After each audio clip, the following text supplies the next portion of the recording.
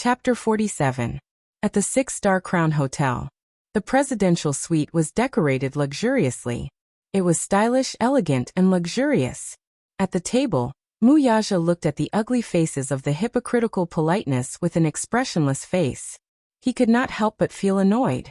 Unknowingly, half of the drinks had passed, and the sky outside the window was already dark. Muyaja felt inexplicably tired, but more than that, he was annoyed by these people. He finished the vodka in one gulp and stood up. Seeing this, the others looked at each other and stood up as well. He was the main character at the table tonight. Now that he was leaving, it meant that the banquet was over. As the young master and CEO of Dishing Financial Group, he had a distinguished status and held the highest power in the Mu Group. In the face of the global financial crisis, the life and death of these small companies were all in the hands of the Mu Group. The life and death of these small enterprises depended on one word from him. Therefore, they naturally flattered this future owner of the Mu Group and served him with great care. One of them asked in a low voice, "Chairman Mu, are you leaving?" That person handed over his suit respectfully. Muyaja glanced at him, took it and put it on. Then, someone respectfully opened the door of the suite. He strode out calmly and elegantly. Behind him, a group of men in suits bowed their heads and followed closely. It was like a star surrounded by stars. The VIP elevator door opened, and Muyaja walked in confidently. The moment the door closed slowly, he glanced in one direction, and his eyes suddenly turned cold. Li Dongqiang had just triumphantly walked out of the elevator with his arm around the delirious Yun Shirshir when he felt a bone-piercing chill down his spine. He raised his eyebrows and looked back. He saw the VIP elevator door that had just closed. At that moment, he vaguely saw a pair of sharp and frightening eyes through the gap of the door. However, he did not take it to heart, and did not think too much about it. He hugged Yun Shirshir and lifted her up. He played with the key card in his fingers and walked toward the suite. Behind him, the elevator door slowly opened again. Brother Chong swiped his card and kicked the door open. Just now, before he closed the door, his hand impatiently reached for his belt. He swiftly unfastened it and pulled down the zipper of his pants. He smiled impatiently and gently patted Yun Shirshir's cheek with his palm. Then he hooked his leg and closed the door, thinking that the big bed would be his world from now on. That *tch Yun Na really didn't lie to her. In the past, he had heard her say that she had a pure and beautiful older sister, but he had always scoffed at it and disapproved of it. In his eyes, women were all the same. There was no difference. At most, they were just tools. But now that she saw it, she didn't expect it to be even more outstanding than what she had described. Different from those common rouge powders, it had a unique charm. It wasn't that he hadn't seen anyone more beautiful than Yun Shirshir, but her elegant temperament was different. Li Dongqiang threw her on the bed harshly. Her beautiful body sank slightly into the soft big bed. Under the dim wall lamp and on the white bed, her black spaghetti strap dress, which complemented her fair and tender skin, added a bit of flirtatious beauty. Her messy black hair was draped over her shoulders, and the scenery in front of her chest was faintly discernible. The beauty that came into view was really enough to make one's blood boil. Chapter 48. Yun Shirshir regained some consciousness. She felt her stomach turn upside down and curled up in discomfort. Her small hands struggled to tear off the clothes on her body. The unfamiliar heat in her body made her want to immediately remove all the covers on her body. She completely lost her reason and the ability to think. She didn't know where she was. She only felt that she was in an abyss of suffering. Her lower abdomen was hot and dry, and her body felt an inexplicable chill. Half of it was a world of ice and snow, and the other half was a raging fire. It was like ice and fire at the same time. This kind of painful feeling made people go crazy. So hot, save me. Brother Chong looked at her and felt proud. Hunting passion powder was the most terrible drug in the black market. Without special channels, it was impossible to get such a good thing. Once she took even a little bit of it, even a chaste woman with strong willpower would not be able to resist it. Without a man, the feeling was simply worse than death. Not to mention this inexperienced woman. Yun Shirshir turned slightly on the bed, and the pain was unbearable. But she didn't know that this action made her even more charming. Chang'e quickly took off his clothes. He didn't even care that his pants were only half off before he excitedly climbed onto the bed. He couldn't wait to pounce on her. "Little beauty, don't move. I'll help you. I'll let you feel comfortable later. Hee hee." At this moment, the doorbell rang.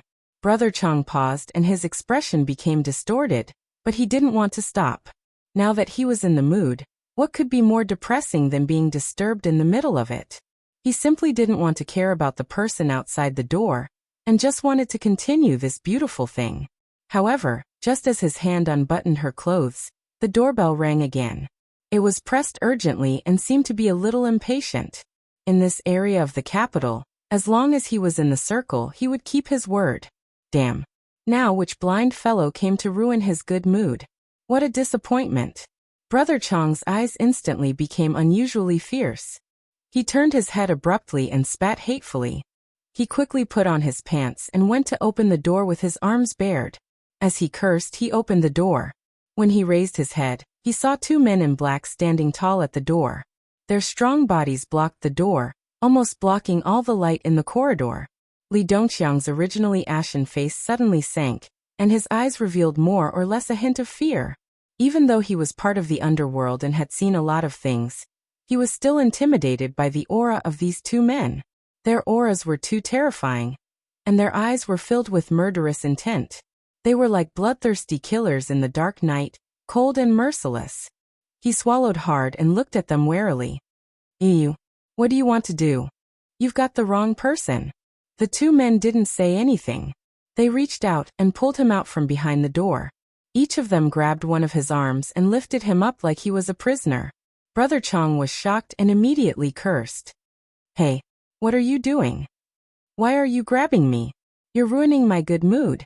I'm from the East Street. Do you know? If you know, then let me go." "Damn. I spent 200,000 to buy that woman. Let me go, let me go." Chapter 49. The noise gradually faded away. Yin Shirshir struggled to sit up. She lifted her heavy head and looked around with her blurry eyes. She felt as if the world in front of her was turning upside down. Her entire body seemed to have lost half of its strength. It was hot and soft. Seeing that there was no one around, she couldn't care about where she was. This torture had already worn away her last bit of rationality. She reached out her trembling hands and painfully tore at her dress. At the door, a tall figure walked in. The man's imposing aura was intimidating. The moment his tall figure appeared in the suite, the entire world seemed to become small. With a pung sound, the door closed and the room was once again dark. In the large suite, there was only the sound of her rapid and suffocating gasps. The blurred breaths kept coming out from those bewitching red lips. It was accompanied by soft moans that made people's faces turn red, and their hearts beat faster. It was so uncomfortable. It was so uncomfortable that it was as if there was a huge hole in her body that couldn't be filled.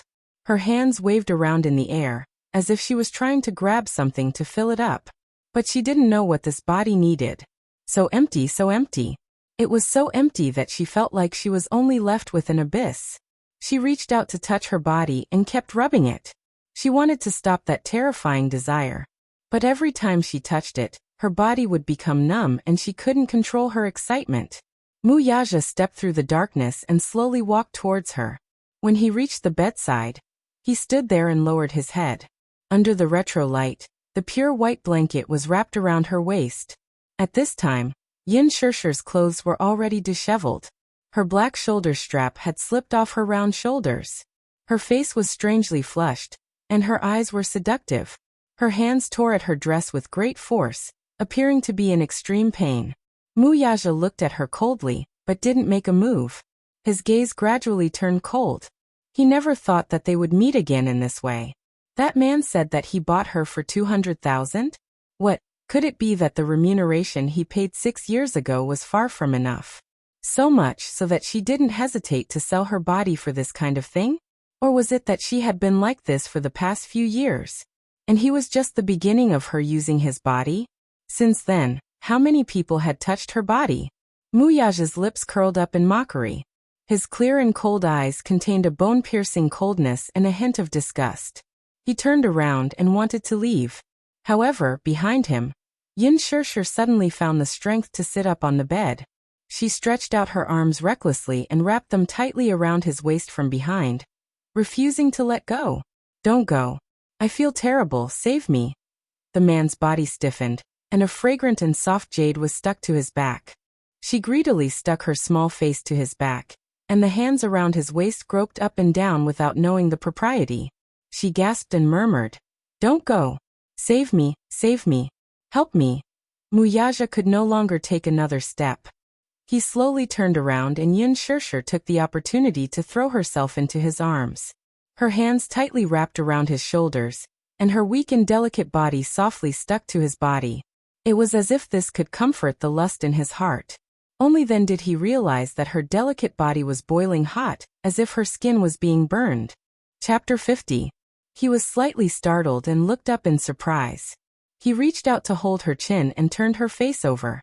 Lowering his head, Muyaja saw that her eyes were blurred and deep. There was something wrong. Just as he was lost in his thoughts, Yin Shirshir clung onto his shoulders, leaned in, and eagerly kissed him on the lips. Muyaja narrowed his eyes and subconsciously tried to avoid her, but she hugged his neck tightly and did not let him avoid her. She broke into his mouth without any hesitation. She kissed him fiercely, but there was no technique. She was extremely inexperienced and even clumsy, and she was a little desperate. Just by relying on the raging desire in her body, she ravaged his cold thin lips as if she was possessed. Her teeth nibbled on his lips, and the tip of her tongue invaded his lips and teased him randomly. Her hot breath burned his breath. Even so, this kiss, which had no skill to speak of, still teased his body to the point where it was hard to endure. Yin Shirshir kissed him crazily. Her kiss slid all the way down to his moving Adam's apple. The tip of her tongue hooked and gently bit him. Muyaja's body suddenly stiffened, and a dangerous look faintly appeared in his eyes. But she was completely undecided. Her empty body was uncomfortably hot. After a series of movements, her shoulder straps completely slipped off. Her dress slid down to her waist as the two bodies kept rubbing against each other. That smooth and delicate body was suddenly exposed to the air. The breathtaking beauty caused his body to rapidly grow hot and dry. Muyaja looked down at the woman in his arms who was causing trouble. She did not seem to realize what she was doing at all. He always had good self-control, and could even get married without touching a woman for 3 years. But now he could not stand her instigation. Save me, save me. The drug in her body was forcing her to seek more. Yin Shirshir opened her empty eyes. While he was in a daze, she anxiously reached out to buckle his belt and carelessly unbuckled it. Driven by her primitive instincts, she seemed to have forgotten herself. The man's sexy face was now covered in cold sweat, but he was trying to restrain the fire in his heart. His body had such a strong reaction to her. For more than 10 years, there was no lack of beautiful or enchanting women by his side. However, he was cold. No matter how the other women teased him, he did not feel anything. What he didn't know was that a man's body had a memory. Once he had tasted the beauty of the world, he would never be able to forget it. He didn't know what kind of magic was hidden in this woman's body, but she had the ability to make him crave for more. Yin Shirshir's trembling little hands were messing around in his arms, her movements rough and clumsy. She frowned slightly and followed her instincts, but in the end, she did not get the main point. Muyaja's throat tightened, and a numb feeling swept across his waist like an electric shock. This woman was deliberately forcing him to lose control. Hot. So hot. Help me. Not knowing how to proceed, she kissed his thin lips with trembling hands, seeking his help. Hurry up and save me. Can you save me? It's so uncomfortable. Yin Shirshir straightened her body, her fair and beautiful arms slowly circling around his waist. Her breath, which smelled like orchids, brushed against his lips and completely destroyed his last bit of rationality. Muyaja raised his hand, and his 5 fingers suddenly threaded through her hair. His palm clasped the back of her neck, and her whole body was heavily pressed against him. He bit her lips fiercely, and his cold eyes focused on her face. Remember, this is what you said. Chapter 51. Yin Shirshir subconsciously followed her primitive instincts. Her hands tightly held onto his shoulders, as if she wanted to merge into each other's flesh and blood. The two of them intimately snuggled together without any gap between them. heavily pressing her against the cold wall. Yin Shirshir couldn't help but gasp in pain. Muyaja lowered his head and kissed her lips, the tip of his tongue entering. At this moment, he couldn't help but sigh at the Creator's holiness and wisdom. The man he created was sexy and firm, while the woman was soft and charming. The perfect match between a man and a woman appeared at this moment. Muyaja tightly pinched her cheeks, as if to let her feel it. He purposely used force without any gentleness. He wanted her to wake up a bit. It would be best if she completely woke up, so that she could see who he was in front of her, and then see how he took her. He hated this woman, hated her frivolity. If he didn't appear in time, what would have happened in this room tonight?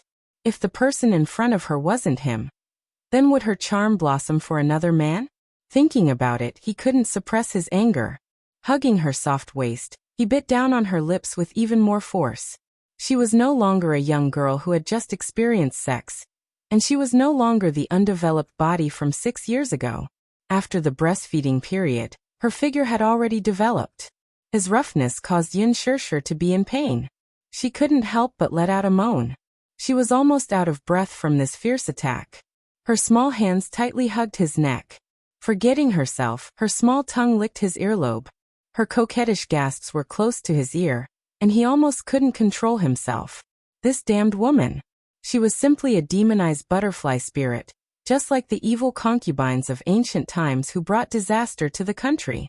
His movements became more and more rough. Yin Shirshir was in so much pain that she kept gasping. She subconsciously pushed his shoulders and softly said, "Don't. It hurts. It hurts." "What? Isn't this what you want?" Muyaja sneered, but he was even more presumptuous. His strength didn't decrease at all, and he lifted her skirt with one hand. Pain. However, this intense pain was suppressed by the raging flames in his body. His body was unable to stop an indescribable restlessness from growing. Yin Shirshir helplessly hugged him even tighter. She was panting, and her watery eyes were misty. It was a mess that could not be any worse. It was so chaotic that she couldn't see anything clearly. She could only follow her instincts and keep asking. Lost in love, he held her firmly, but held back. He was not in a hurry to enter, as if he wanted to tease her. Grabbing her chin with one hand, he bit her lips fiercely and smiled wickedly. "If you want it, come in yourself." The two of them pressed against each other intimately. The unparalleled sensory stimulation made her lose everything and even forget who she was. Her breathing quickened, and her mind was in a mess. Following her instincts, she tightly held onto his shoulders and slowly lowered her body, until he was completely contained.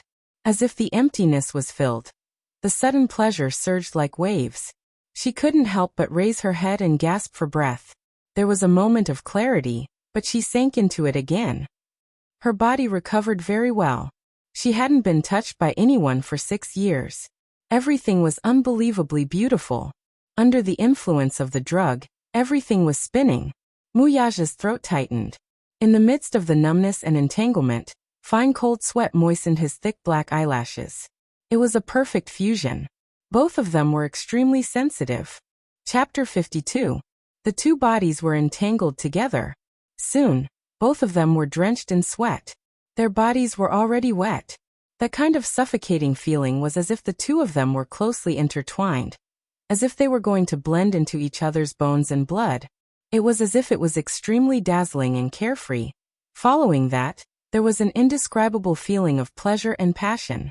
In the midst of passion, Yin Shirshir climbed over his shoulders, grabbed his broad palm and intertwined her fingers with his. She then pulled his hand to her burning hot cheeks. His palm was a little rough and cold, but it gave her a great sense of relief. She was almost shivering when she pressed her lips against his cold, thin lips. The gentle and warm touch made his heart beat faster. Muyaja could not help but hold his breath. He was actually stunned by this intimate kiss between lovers. This time, he did not avoid it. Instead, he pressed his lips tightly against hers and kissed her deeply. He closed his eyes and suddenly opened them again. His dark eyes stared at the woman who was as enchanting as a blooming flower for him. He suddenly hugged her and pressed her on the bed, occupying her to the greatest extent. Yin Shirshir's breathing spilled out from her broken lips. In the end, After he fiercely thrust into her, the person under him trembled and held him tightly. It was as if a white light flashed in his mind. The two of them were finally forced to the dazzling clouds by this extreme wave. It had to be said that the passion-hunting powder's effect was really fierce. Muyaja pressed her down and wantonly wanted her for 3 more times. Only then did the effect of the drug dissipate. When he regained his senses from the lingering charm of passion, the sky was already bright. The person in his arms had dissipated the effect of the drug. She was so tired that she fell asleep. Her 2 arms were tightly wrapped around his waist. She was weak and helpless. Both of them were wet and sticky. Her half-wet hair was stuck to his chest, and there were some traces of itchiness. Looking at her body, there were ambiguous kiss marks all over her body, as well as the bruises left by him. Every mark was a testimony to the crazy battle that lasted the entire night. He must be crazy to do this. They had been engaged for 3 years, and he had always had outstanding self-control. He had never even touched a woman, but he had lost control over this woman again and again. He was obviously conflicted because he never had any self-control when it came to this woman. More importantly, she was Xiao Yichen's biological mother. Muyaja lowered his eyes and his gaze fell on her petite figure. She was so thin and weak that it was pitiful. His large palm gently covered her face. Her face was not even as big as his palm. He wondered what kind of life she had been living for the past 6 years. What kind of life trajectory was it? Back then, that sky-high amount of remuneration was almost the lifetime income of an ordinary person. She should be able to live a complete life, right? However, she was even thinner than 6 years ago. Her face was pale and weak, and her waist was so delicate that it seemed as if he could grasp it with one hand. Had she finished her studies in the past 6 years? Do you have a good job? Does he have a stable family? Or perhaps she would get married? When he thought of this, his heart almost couldn't control itself. His heart suddenly skipped a beat. And for some unknown reason, a strange feeling arose in his heart. Was she married? Damn it, he was actually very concerned about this question. When he thought of this delicious woman, if other people were to touch even an inch of her, a flame ignited in his heart. Chapter 53. Yin Shishir, who was in a deep sleep, had no idea that the man beside her, who was holding her in his arms, was staring at her sleeping face with a knot in his heart. He sighed helplessly. He looked at the bruises all over her body and decided to wash up with her. He got up, carried her into the bathroom, and cleaned her up. For more than 20 years, he had always been the king in the limelight. He was born with a silver spoon in his mouth, and lived a life of luxury. He had always been very particular, and had never served anyone. Even his most beloved son was left to the nanny to take care of. He had never taken care of anything other than material things. As a result, his movements were extremely clumsy and he hurt her a few times. Even in her sleep, she still groaned in dissatisfaction like a weak kitten. It also seemed like she was acting coquettishly to him, making a silent complaint. Women were all delicate, and she was no exception. Which woman didn't yearn to be doted on and protected in the palm of his hand? However, in her bumpy life, no man had ever truly doted on her. Seeing her frown slightly, he actually didn't notice that his heart had softened. Even his movements couldn't help but become gentler. In the meantime, he called for room service and ordered the servants to change the crumpled sheets. If Yin Shishir was awake at this moment and saw the bedsheets that had been through war, she would be so embarrassed that she wouldn't be able to lift her head. When Muyaja carried her out of the bathroom, the bed was already clean and new. He carried her to the bed. The person in his arms was lying on his chest, sleeping soundly. In the morning, his assistant had sent the clothes over in advance. At the same time, he had also sent a woman's dress. Naturally, it was also expensive. There was a board meeting in the morning, so he didn't plan to stay any longer. After changing into an expensive suit, he was once again the elite of Empire, the business tycoon of Dishing Financial Group. After a night of sexual intercourse, there was not the slightest trace of exhaustion on his body. Muyaja turned to leave, but he heard a piercing ringtone. He looked back coldly. He wanted to ignore her, but he heard a ringtone coming from the pocket of her clothes on the sofa. It was ringing nonstop. The person on the bed seemed to be disturbed by the sound. She turned around and frowned. It was obvious that the loud ringing had alarmed her. He frowned coldly and strode over. He took out his phone from his pocket and hung up without hesitation. A missed call notification popped up on the screen. The man lowered his head and looked at the missed call with the name Yu. Muyaja slowly raised his brows. This name clearly sounded like a child's nickname. A strange feeling surfaced in his heart. Could it be that she already had a child? On Yu's 5th birthday, Yin Shirshir bought a children's phone for Yu. It was thin and light with simple functions. In addition to sending and receiving messages, it also had a one-button alarm function. This was so that Yu could contact her immediately in an emergency. At that time, such a phone wasn't cheap. She had bought it so that it could be of use when the child was in danger. She had always been very willing to pour her heart and soul into the child. Muyaja was still in the midst of his surprise when his phone rang again. The words Yu appeared on the screen again. Chapter 54. Yu appeared on the screen again. This time he didn't hang up but answered the call. The moment the call went through, the little guy's soft voice could be heard. "Oh, Mommy, where are you? You can't find you, Mommy." He seemed to have just woken up as his voice was hazy and childish. "Mommy?" Muyaja raised his eyebrows. This woman really had a child? Could it be that she was already married and had a child? It didn't seem like it. If she was married, why would she go to such places alone in the middle of the night?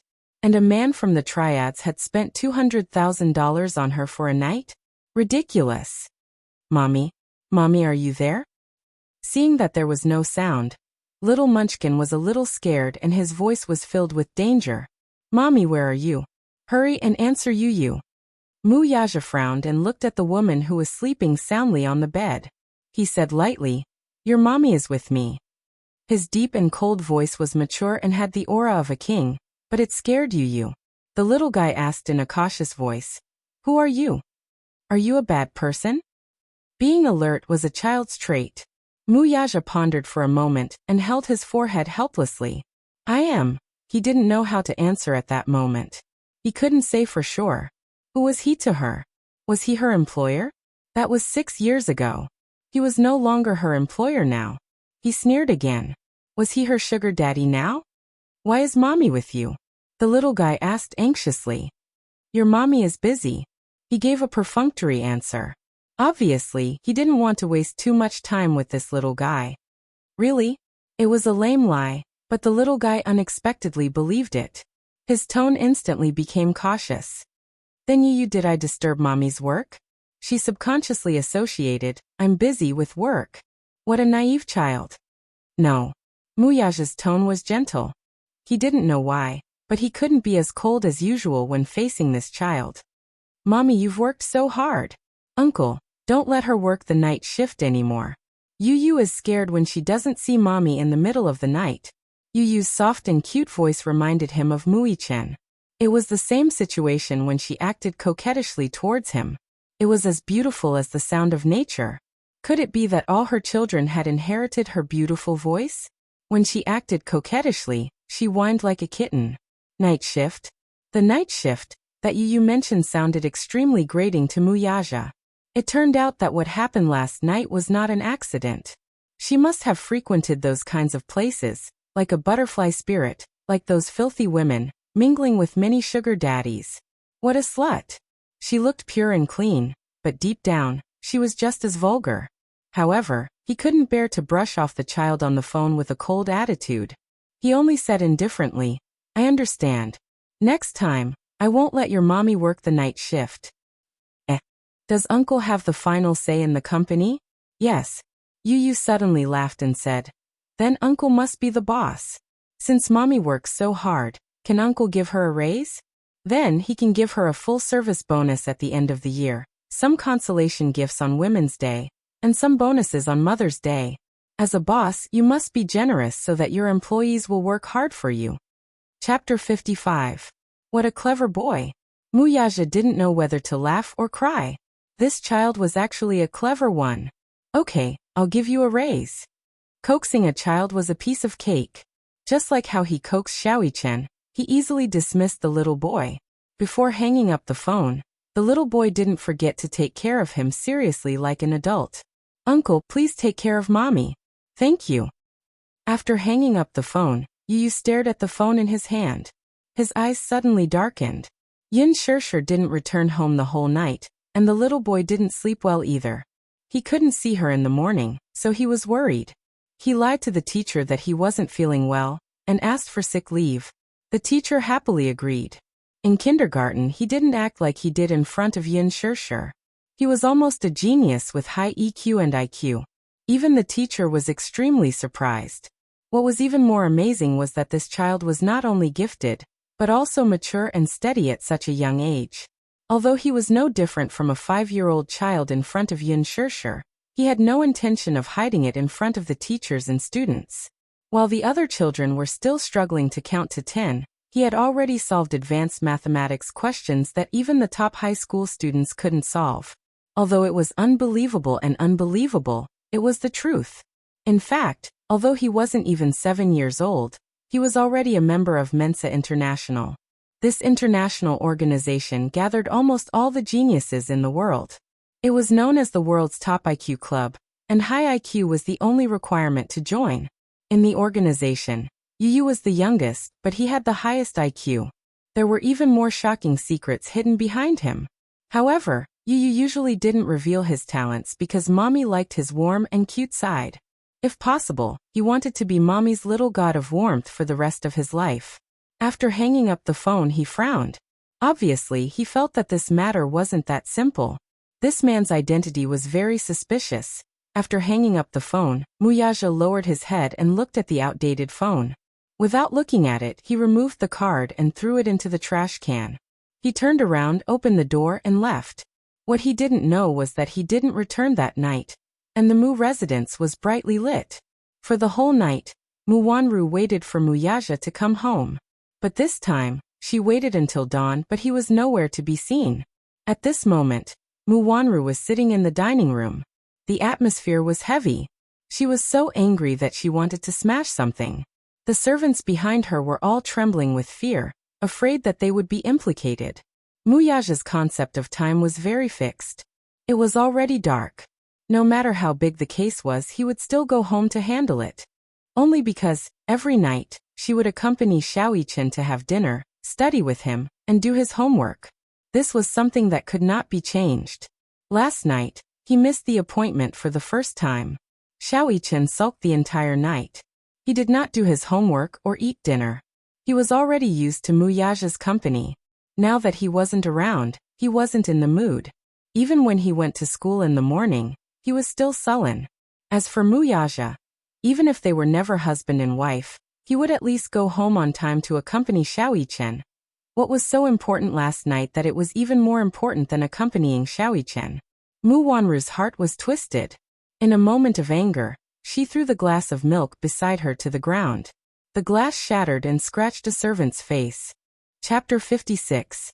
Young mistress, don't be angry. Young master must have something important to do. Something important? What could be so important that he didn't return home last night? Mu Wanru was so angry that she laughed instead, the veins on her face showing. She felt uneasy, so uneasy. It was as if something precious to her was going to be snatched away from her. Mu Wanru bit her lower lip as an unprecedented sense of uneasiness engulfed her. Alcohol was really an annoying thing, not to mention to people who were allergic to it. When Yin Shirshir woke up, it was already 2 in the afternoon. She opened her sleepy eyes and saw the luxurious decoration in the luxurious suite. She was a little confused and didn't know why she was here. Then her mind was blank. After a night of sexual intercourse, her mind was still in a confused state, and she couldn't recognize the scene in front of her. The side effects of the drug made her memory of what happened last night unclear.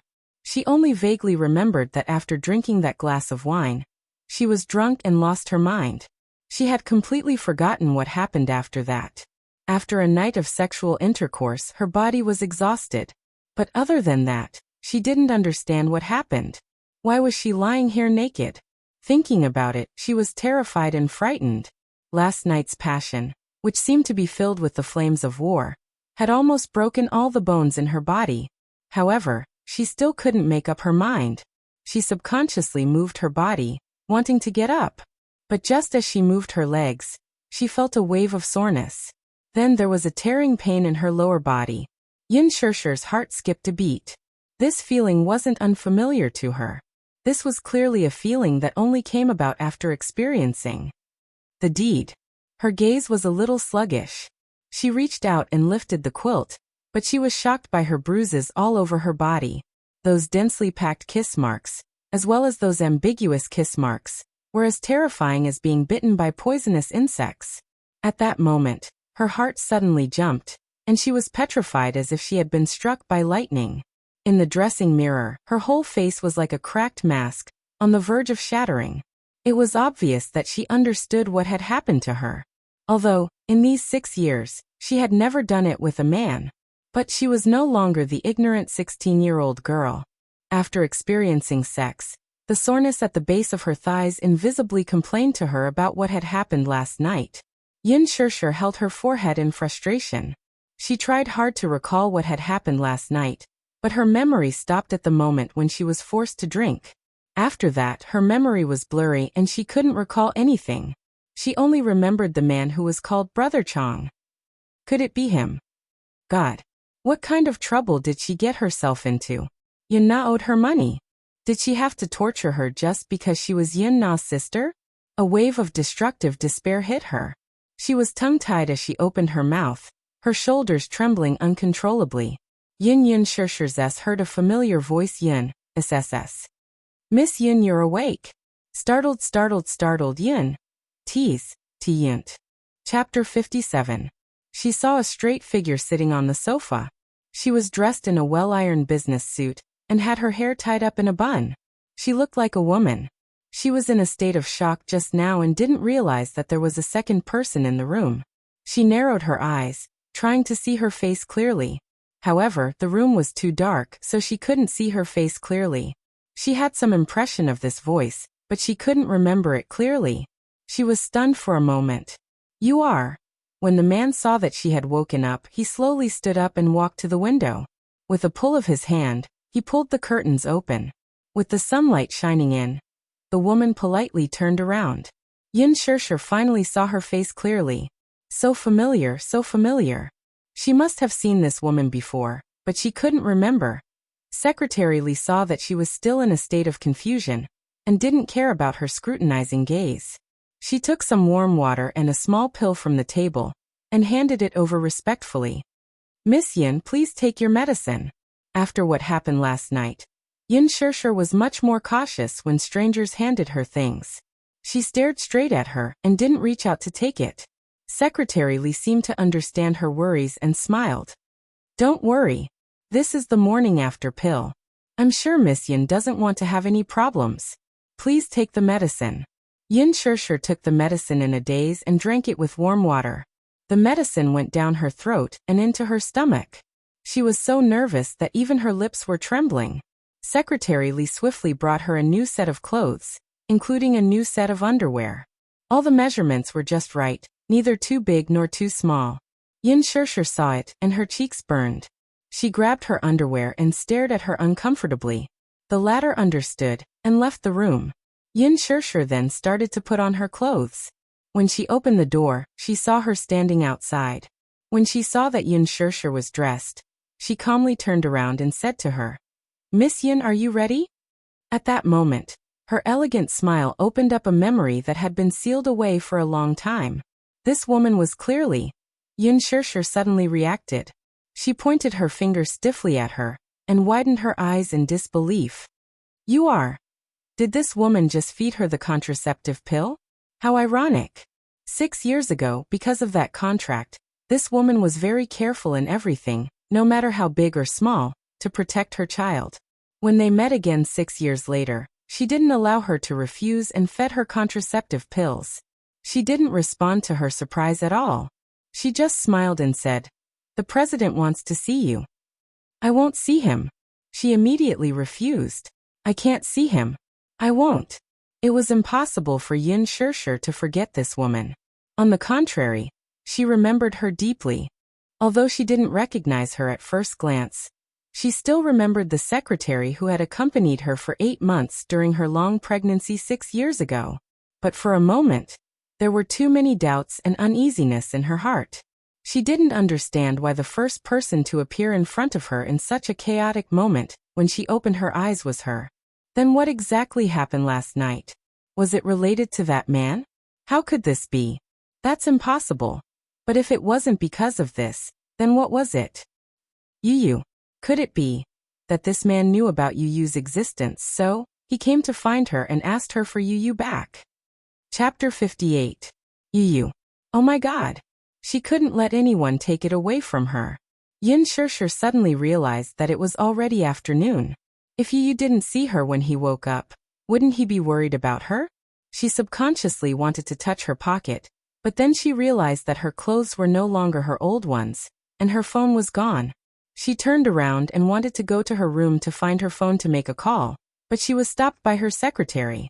Miss Yin, what are you? I'm going to find my phone. Yin Shirshir didn't dare to mention Yu. She was only worried that Yu would be worried about her at home. Li Lan smiled and took out a brand new branded phone from her briefcase. She handed it over and said with a smile, "This is your new phone. The SIM card is also in it." The phone was the latest model from Apple. It had a big screen, a fast 4G network, and a fingerprint unlock. It was worth a few thousand yuan. Yin Shirshir had always used functional phones that cost a few hundred yuan.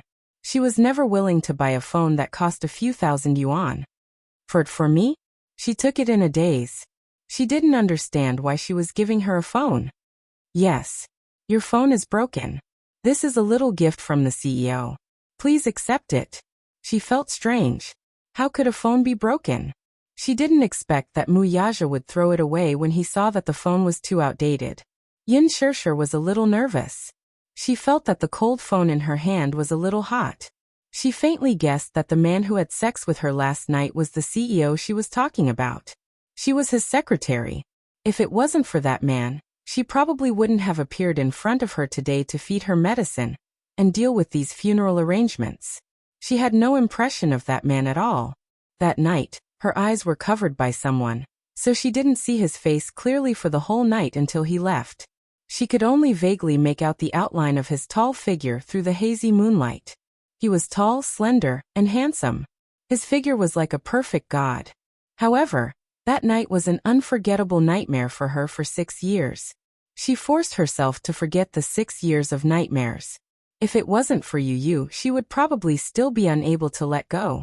Even though she kept telling herself that everything was in the past, and that she had Yu because of that man, she still couldn't let go of the shame in her heart. So for the past 6 years, even though she had countless suitors, she had always kept a distance from those men. She didn't need men. She was already satisfied with having Yu.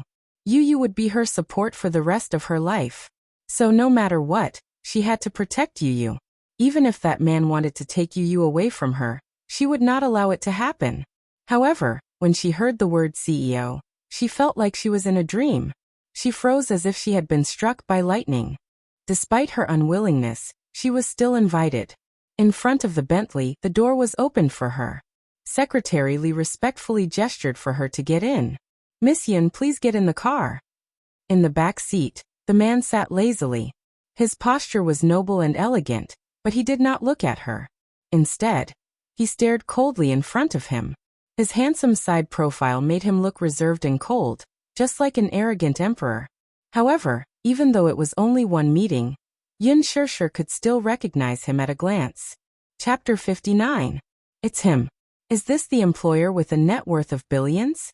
He's young and stunningly handsome. "Miss Yin, please get in the car." "Miss Yin, please get in the car." "Miss Yin? Miss Yin." Li Lan invited her again, but Yin Shirshir kept her head down and didn't say a word. She stood still in front of the car and didn't show any signs of moving. Li Lan walked over doubtfully and put her hand on Yin Shirshir's shoulder. She felt that Yin Shirshir's entire body was trembling slightly, and her lips were trembling violently. Li Lan was surprised. Is she afraid? Afraid of seeing the CEO? Why, if it were any other ordinary woman, they would be shocked to see the CEO. However, she could see that Yin Shirshir was trembling. "Miss Yin?" She carefully pushed her shoulder as she half pushed and half forcefully invited her into the car. Yin Shirshir wanted to hide. She really wanted to turn around and run away from this satanic man. However, her legs were stiff. Leland's actions didn't allow her to dodge at all. It was as if she was forced into the car. She bit her lips and clenched her fists tightly as she got into the car. Bang! The sound of the car door closing. He had locked her in his world. It was as if she was isolated from the world. At that moment, she felt as if she was in an ice cellar. She felt cold from head to toe, so helpless. She was afraid. She was afraid that this man would dig out her ribs and take away her beloved Yu. Yin Shirshir was so nervous that she was trembling all over. She lowered her head anxiously and didn't dare to look up at him. Her mind was in a mess. When she first saw this man, she felt dizzy as if the world was spinning. She also felt that God was teasing her. Then, she felt an uncontrollable chill in her heart. How could it be him? The arrogant man who bumped into her that day. The man from last night, could it be him? She couldn't be wrong. Even though she couldn't remember what happened, she could smell the seductive fragrance on the man's body. The president wants to see you. Recalling Leland's respectful words, Yin Shirshir's heart is terribly cold. Why does he want to see her? Or was it just as she had guessed, that this man knew about Yu's existence, and was here to ask her for Yu back? At the thought of this possibility, Yin Shirshir felt her vision darken, and her heart sank into the abyss of despair. There was no movement in the carriage for a long time. The rustling sound of a fountain pen rubbing against a piece of paper could be heard. The atmosphere was so tense that it was almost suffocating. Yin Shirshir's forehead was covered with fine sweat, and her palms were soaked with cold sweat. She opened her mouth, wanting to break the strange silence, but to her chagrin, she realized that she had such an intimate relationship with him. But she didn't even know this man's name, or even his surname. She closed her eyes tightly and opened her mouth in defeat. She said in an obscure voice, "President, Sir Yu." Before she could finish speaking, she was forcefully pulled by him. Her vision turned upside down, and before she could understand what was happening, she was pulled onto his body, and in an extremely ambiguous position, she was tightly overlapped with him. Chapter 60. Yin Shirshir sucked in a gasp of shock. She looked up in shock, only to meet his deep and dark eyes. The man smiled and reached out to clasp her chin, forcing her to meet his deep gaze. His enchanting and slender fingers caressed her slightly pale lips, and he heavily pressed his lips against hers, until she let out a painful gasp. He smiled again, the corners of his lips forming a sexy arc as his thin lips tugged upwards. He was wearing a well-ironed black shirt and a pair of slender trousers. The top two buttons of his shirt were slightly unbuttoned, faintly revealing the wild and beautiful curves of his muscles. He was tall and straight. Even in such a spacious space, it couldn't help but seem a little narrow. That innate imperial aura made the atmosphere in the entire car become oppressive. Yin Shirshir looked at him evasively and suddenly felt that it was a little difficult to breathe. This was her employer from 6 years ago? Previously, because she had been blindfolded, she didn't have any impression of this man. But now that she saw him, he was younger than she had imagined. Moreover, he was shockingly handsome and had a heroic spirit. However, his bewitching eyes and deep smile made her feel even more uneasy. Muyaja studied the various emotions that surfaced on her face with great interest. Uneasiness, fear, shock, and surprise. She seemed to be shy. But more than that, she was afraid. However, it was precisely this kind of naive reaction that made people feel that she was so cute. It wasn't that kind of pretentious. This kind of cuteness, sometimes, could make men want to cherish her. Sometimes, it made people want to ruthlessly ravage, violate, or even conquer her, so that they could enjoy her aggrieved and coquettish expression. Realizing that his gaze was getting deeper, Yin Shirshir's heart tightened, and she looked down. Her eyelashes were trembling slightly, and her eyes were somewhat flustered. Her small hands were tangled together, and she looked very pitiful. However, her expression was extremely seductive. Looking at her, he thought of last night's passionate night. Thinking of this woman's shy and coquettish manner under his body, his lower abdomen inexplicably heated up. His body couldn't help but yearn for her. He even wanted to do her ruthlessly in this car. As he thought of this, he moved and held the back of her neck. He pressed down heavily on her and kissed her soft lips. He sucked away her warm breath, and the tip of his tongue domineeringly entered her mouth. He hooked her lilac and lingered endlessly as he wantonly sucked her saliva from between her lips and teeth. This extremely aggressive kiss scared her to death. Panicking, she hastily placed her small hands on his chest and pushed him away with all her might. This only served to further ignite his ambition to conquer her. This kiss was deeper and more passionate, until she was almost unable to breathe. He finally let go of her. However, Muyaja couldn't bear to let her go just like that. Hence, with some longing, he bit her little mouth, which was slightly swollen from his invasion, and licked her lips to appease her. Yin Shirshir was a little dazed by this kiss. She stared blankly and only regained her senses after some time, her cheeks burning up. Her reaction was really clumsy. She was even stunned and didn't know how to respond. Chapter 61. He believed that even if her acting skills were perfect, she wouldn't be able to pretend to be so original. Muyaja had a playful look in his eyes. Could it be that after these 6 years, this girl still hadn't truly transformed into a woman? However, he was satisfied. At least for now, this woman's beauty was still his alone. Seemed like he was no different from a normal man. He pitied such a pure and gentle girl, but he also liked her coquettish manner last night. He chuckled and teased, "Why are you so shy?" The man's voice was mature and pleasant to the ears. It was mellow and extremely magnetic, but it made her heart skip a beat and her cheeks turn red.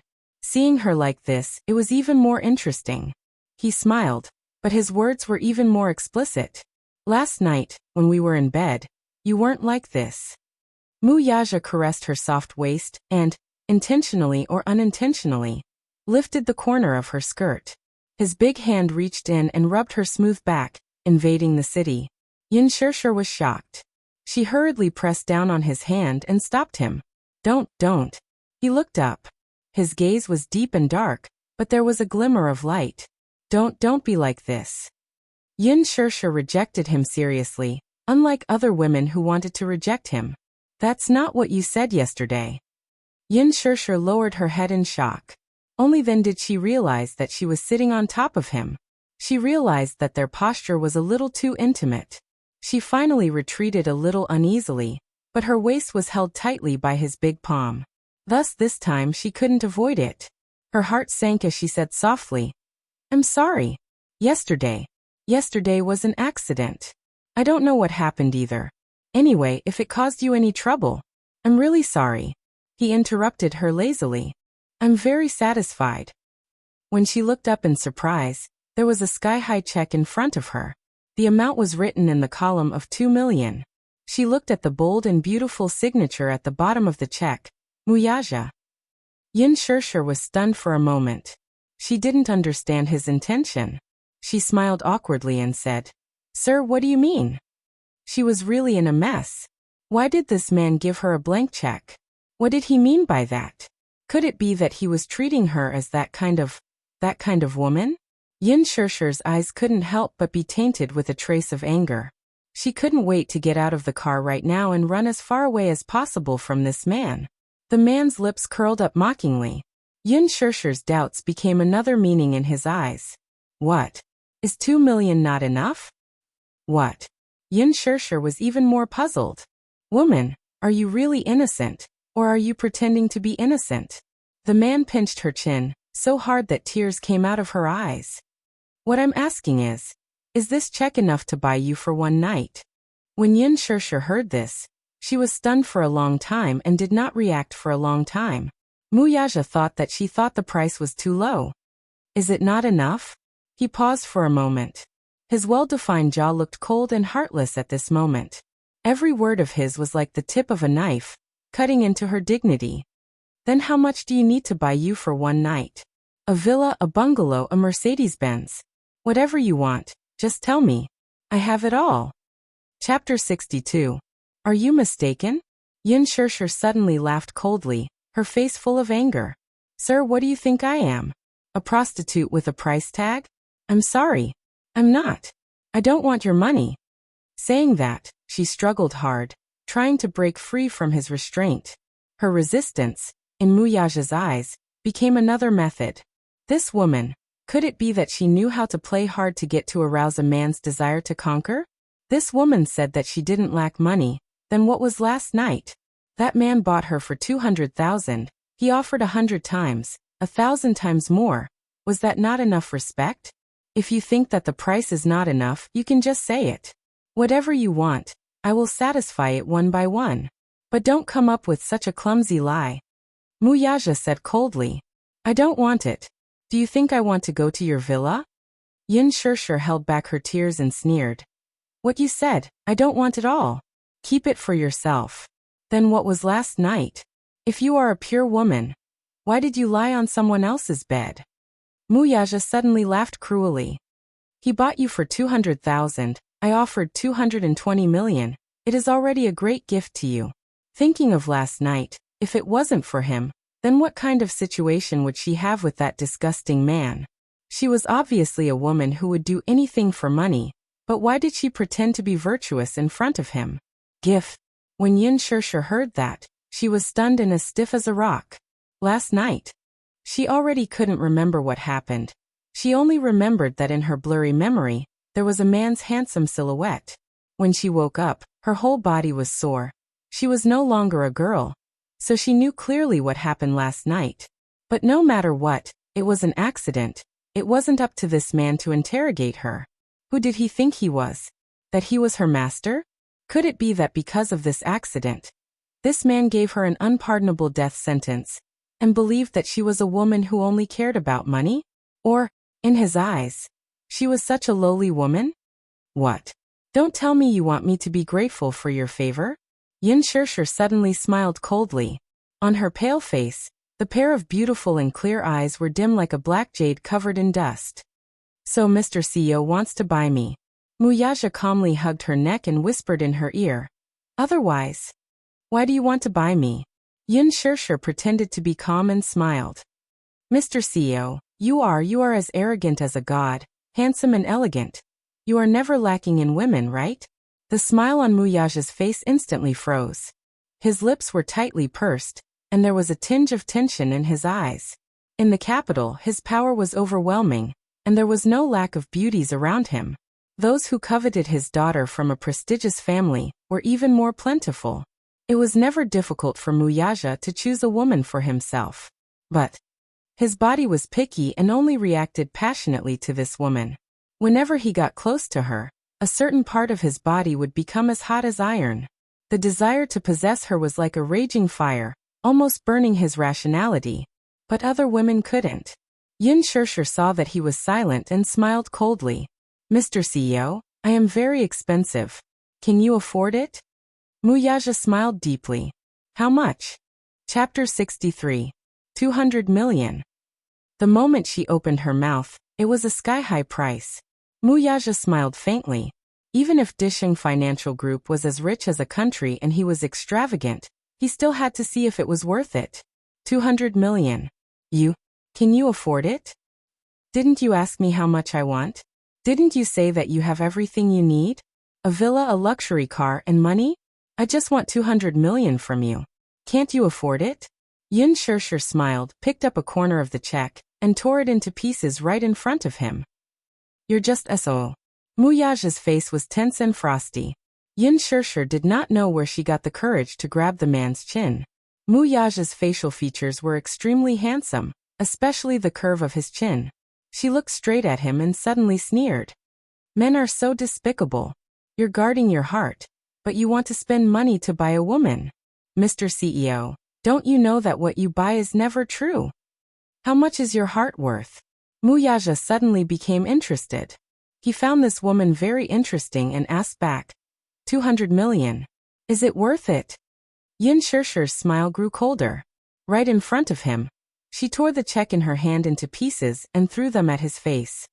No one's heart can be clearly priced. If you want it. Yin Shirshir paused and used her fingertips to poke at his heart. At least exchange it with your here.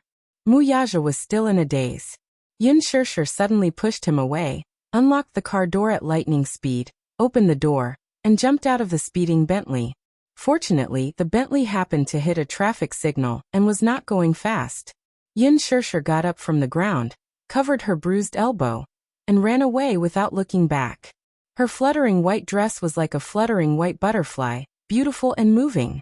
The Bentley came to an abrupt stop. The secretary, who was sitting in the front passenger seat, was stunned when she saw the girl jump out of the car. Her heart was already filled with shock. In the capital, Chairman Mu had always beckoned with his finger. No matter if it was a young model, a diva, or a young lady from a prestigious family, they would always be overwhelmed by his favor. However, the CEO had always been cold and had never taken a fancy to any woman. If he took a second look at a woman, her heart would probably jump out of her throat. In the entertainment empire controlled by the Mu Group, any artiste in the circle who was involved in a scandal with the president would be hyped up by the entertainment reporters. But this girl rejected him from 1,000 miles away. What was he thinking? If she could catch the CEO's eye, she would not have to worry about wealth and glory for the rest of her life. It didn't seem like she was playing hard to get. The way she looked at the president was as if she was guarding against a wolf. It was as if the president was some kind of ferocious beast that would eat her alive. Thinking of this, she smiled and said, "Chairman Mu, this girl is really stubborn. She's different from the other women." From the bottom of her heart, she admired this girl who was humble on the surface but proud on the inside. Mu Yaja retracted his gaze and did not linger any longer. His eyes were filled with coldness. "Drive." The Bentley started slowly and sped away.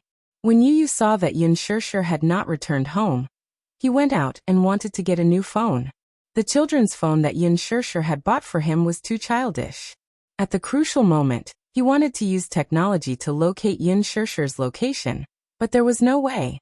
He was born with a gift, so his learning ability was very good since he was young. Chapter 64. When Yu was 4 years old, he was already able to assemble his own supercomputer. Even the top scientific laboratories could not compare to his advanced system. Although he was not even 7 years old, his achievements had already attracted the attention of the world. However, all of this was a secret that he had buried deep in his heart. When he passed by the bookshelf, he accidentally caught a glimpse of an entertainment magazine. Yu's gaze was inexplicably attracted by the handsome man in the magazine. He gently tiptoed and took down the brand new magazine. He skimmed through it. The title was "Mysterious Woman Hooks Up with Mu's Crown Prince, Has a Secret Rendezvous in the Middle of the Night, Suspected Secret Relationship Exposed?" The cover of the magazine was a candid shot of a handsome man and a slender girl with a blurry figure at the entrance of a hotel. The mysterious woman was none other than Lu Yushi, who was now known as the new starlet. Lu Yushi rose to fame because of her scandal with Heavenly King Guxingzi. At that time, her scandal with him was unparalleled, and it was on the front page of the 3 major entertainment media. After that, she signed a contract with Worldwide Entertainment in a high-profile manner, and took on a movie that Worldwide Entertainment invested in. She became famous overnight as the female lead in the movie, and was known as the goddess of Huanyu. The public speculated that Worldwide Entertainment was willing to promote her because she had an ambiguous relationship with the person in charge behind Worldwide Entertainment, and this person was Muyaja. As for how the magazine was able to capture this picture, it was probably mostly due to luck. They had always wanted to gossip about Lu Yushi's mysterious private background, but they had inadvertently captured this ambiguous picture. Muyaja had never been involved in any scandals before, so it was rarely published in the newspapers. It was precisely because of the influence and prominent status of the Mu Corporation, coupled with the fact that he had always been mysterious, that most of the news about him was just groundless speculation. Moreover, if any newspaper or magazine dared to publish a scandal about him, they would probably receive a negotiation call from the Mu Corporation the next day. However, what attracted Yu's attention was not the title, but the man in the photo. His facial features, eyebrows, eyes, and even his demeanor were 80% similar to his own. It was as if they were cast from the same mold. "Oh!" Yu widened his eyes in disbelief. He looked at the cover of the magazine and subconsciously touched his little face. There was a strange and suspicious look in the depths of his eyes. The same deep and captivating eyes, the same exquisite and straight nose, and even the same thin lips. Yu's mind was in a mess. Damn it. Similar, too similar. It was as if they were carved from the same mold. He and this man were simply copying and pasting. With many doubts in his mind, Yu left the bookstore and bought the magazine. As he walked down the street, he lowered his head in thought. Suddenly, a Bentley drove by. The old man sitting at the back of the car leaned on his cane, and leaned back with a solemn expression. However, when he inadvertently cast his gaze out of the window, he caught a glimpse of an extremely familiar figure. "Stop!" he yelled, and the driver was shocked. He slammed on the brakes and stopped the Bentley by the side of the road. "Master, what's wrong?" The old man sat quietly and looked out of the window. His gaze was like an eagle's. Chapter 65. He watched as the child slowly walked past the car. Little Munchkin's handsome side profile, deep facial features, and the way he looked deep in thought. The elegant curve of his lips and his refined temperament were exactly the same as Muyage's when he was young. He was even carved from the same mold as Xiaoyichen. If it weren't for the different temperament between his eyebrows and Xiaoyichen's, elegant, deep, mature, and steady, he even thought that this child was Xiaoyichen. He was slightly surprised. This child's appearance was so similar to Muyage's. He was about 6 or 7 years old, and he could tell that he came from an ordinary family. How could there be such a coincidence? A gentle breeze blew past, and the child's silky hair brushed past his face. He raised his head slightly and took a closer look. This was definitely not a coincidence. The old man reached out to open the car door. When the chauffeur saw this, he hurriedly got out of the car and walked over to help him. However, the old man pushed him away and walked quickly toward the child with his cane. The chauffeur hurriedly followed. Old Master's health wasn't good, and he had to go to the hospital regularly every month. Before leaving, young Madam had repeatedly told him to take good care of Old Master. He couldn't let anything go wrong. Yu walked at a steady pace, but he gradually distanced himself from the old man. The old man pointed at him, and the chauffeur hurriedly strode forward. He grabbed Yu's sleeve and stopped him. "Stop right there." Yu was blocked by an unfamiliar man. He didn't know what was going on and stopped in his tracks. However, due to his good upbringing, he smiled elegantly. "Uncle, what's the matter?" An old man's voice came from behind him. "Child, turn around and let me take a look at you." When Yu heard this, he casually turned around and smiled at the old man. He was very cultured and knew how to be polite and respect the old man. The old man looked to be in his 60s. Although he didn't look very energetic and was a little thin, his gaze was sharp. Although there was no expression on his face, he exuded a dignified aura without being angry. His entire person exuded an extremely dignified and intimidating aura. It was obvious that he was a man who had experienced the wind and rain. With one look, one could tell that he was a big shot when he was young. Sizing up the child at such a close distance, it was simply unbelievable. This child was already so big. Could it be that he was Muyage's illegitimate child? How was this possible? Aja had always been heartless to women. How could he have such a big child with another woman behind his back? She looked like she was carved out of the same mold as Xiaoyichen. Unbelievable. "Child, what's your name?" Yu smiled elegantly. He did not know why, but he did not like this old man staring at him. His thin lips curled up slightly. Although he was smiling, his eyes were cold and distant. "Grandpa, before my mommy left, she told me not to talk to strangers." The old man was shocked. This child's eyes and tone were shockingly mature and steady. His boldness and demeanor did not resemble that of a 6 or 7-year-old child. He was just like Muyage when he was 9 years old.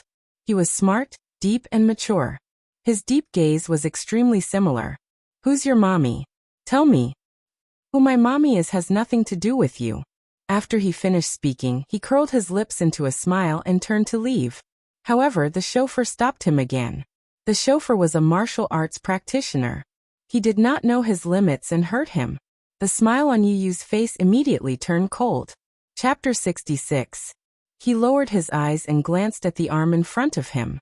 The corners of his lips curled up and his thick eyelashes drooped down, perfectly concealing the playfulness in his eyes. "Grandpa, are these the subordinates you've trained?"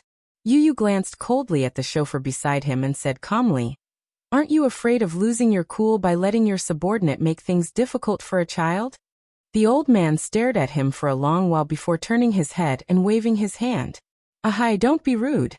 The chauffeur immediately understood and retracted his arm.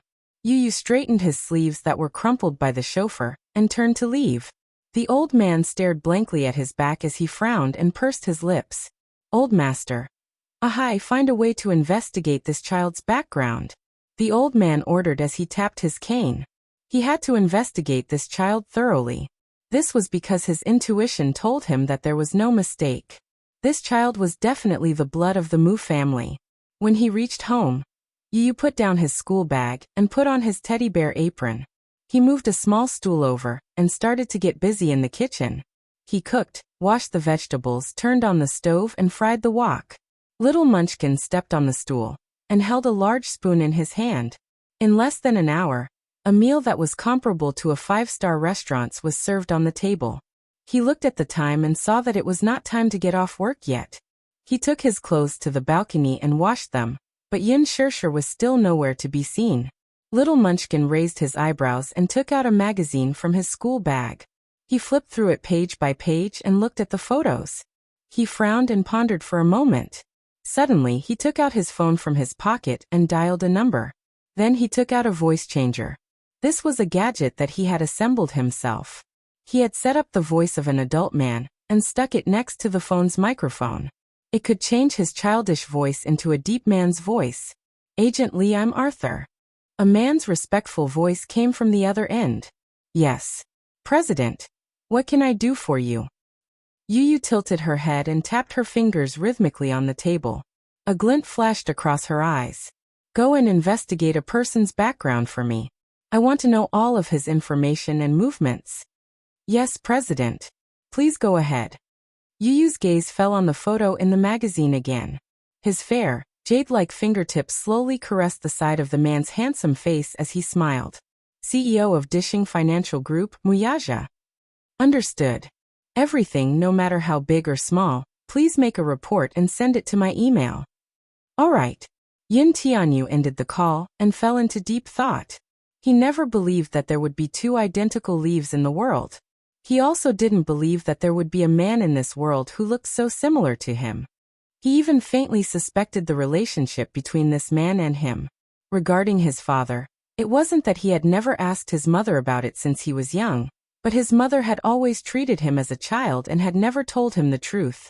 She only said that his father was a military officer who had gone to the front line, but had disappeared without a trace. In fact, this was not the first time he had suspected that his father was someone else. He didn't care who his father was though. Mommy was enough for him. He didn't care if he didn't have a daddy. In any case, with or without him, his life would not change at all, right? Chapter 67. However, just because he did not care, it did not mean that he was not curious. Children had an inexplicable sense of respect and reverence for their fathers since they were young. Yu had also had such fantasies. How could he not wish to be like other children? To return home and have a loving father and mother who would protect him and form a warm family with him? However, for as long as he could remember, he had seen his mother living alone. There was no man in the family who could support her and she was bullied. That time, he had seen a father accompanying his son to watch a remote-controlled racing car in the park. He had yearned for it so much. However, the more he yearned for it, the more he could not get it.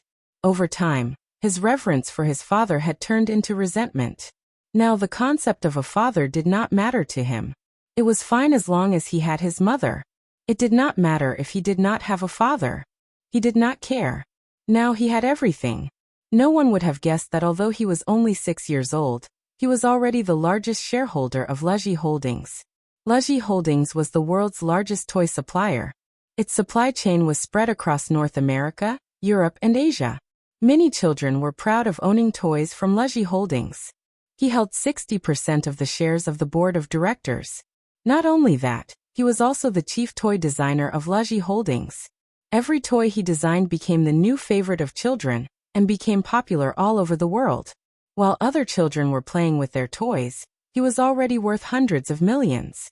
However, Yin Shirshir was still in the dark about all this. She just lacked an opportunity to tell him the truth. While she was deep in thought, the doorbell rang.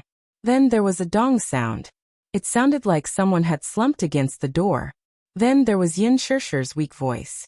It sounded like she had been ravaged. Yuyu's eyes flashed. The scheming look on his face disappeared and was replaced by the cute and innocent smile he always had in front of Yunshishir. He ran to the door, opened it, and threw himself into his mother's arms. Mommy. Let's go home. Yuyu waited so long for Mommy. When Yuyu raised her head, she saw Yunshishir, who looked haggard but was still forcing a smile. Yuyu, Mommy is back. Yunshishir was exhausted. As soon as she entered the house, she heard the sound of the washing machine running. The warmth of home immediately surrounded her and drove away the haze of the night. She was so happy to have a Yuyu in her life, especially with such an obedient and sensible son. Yunshishir was so touched that the tip of her nose tingled. She didn't even bother to change into slippers before she opened her arms and hugged him tightly in her arms. His entire body seemed to be filled with vitality.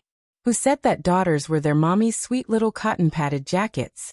Her precious Yuyu was even more caring than the daughters of other families. She then thought of a certain man. They were clearly father and son. How could the son be so cute, charming, gentle, and considerate? How could the father have such a cold face all day long, like a living iceberg?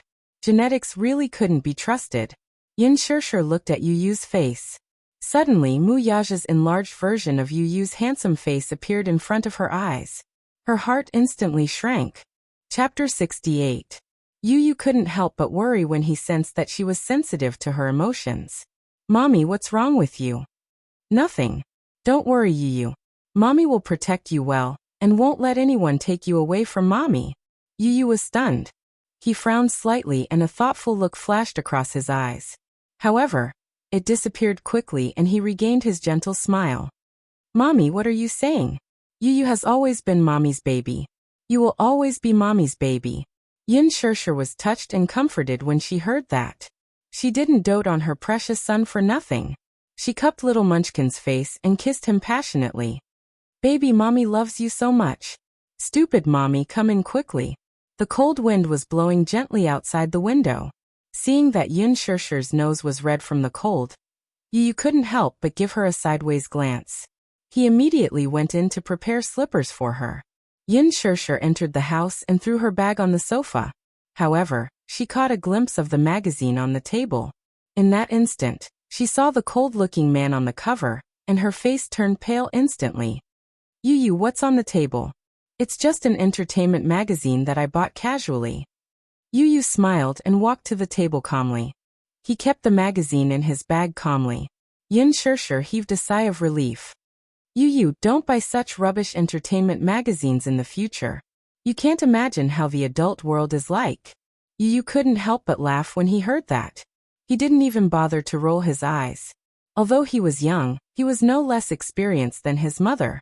He knew better than Yunshishir how dirty the adult world was. Yuyu set the table for her, scooped a bowl of rice for her, and placed her favorite dishes in front of her. His service was top-notch. No matter how big or small, he took good care of her. Yunshishir enjoyed her precious son's service with a clear conscience. Her heart was so full of satisfaction and happiness that it was about to overflow. Stupid Mommy, hurry and eat. Yunshishir picked up the bowl and wolfed down the food. Yuyu glanced at her coldly with a look of disdain. Her table manners would scare a group of people away. She was usually quiet and demure when she socialized and compared it to what she was doing now. Mommy, be more demure. You have to be more reserved when you eat. You have to eat your food.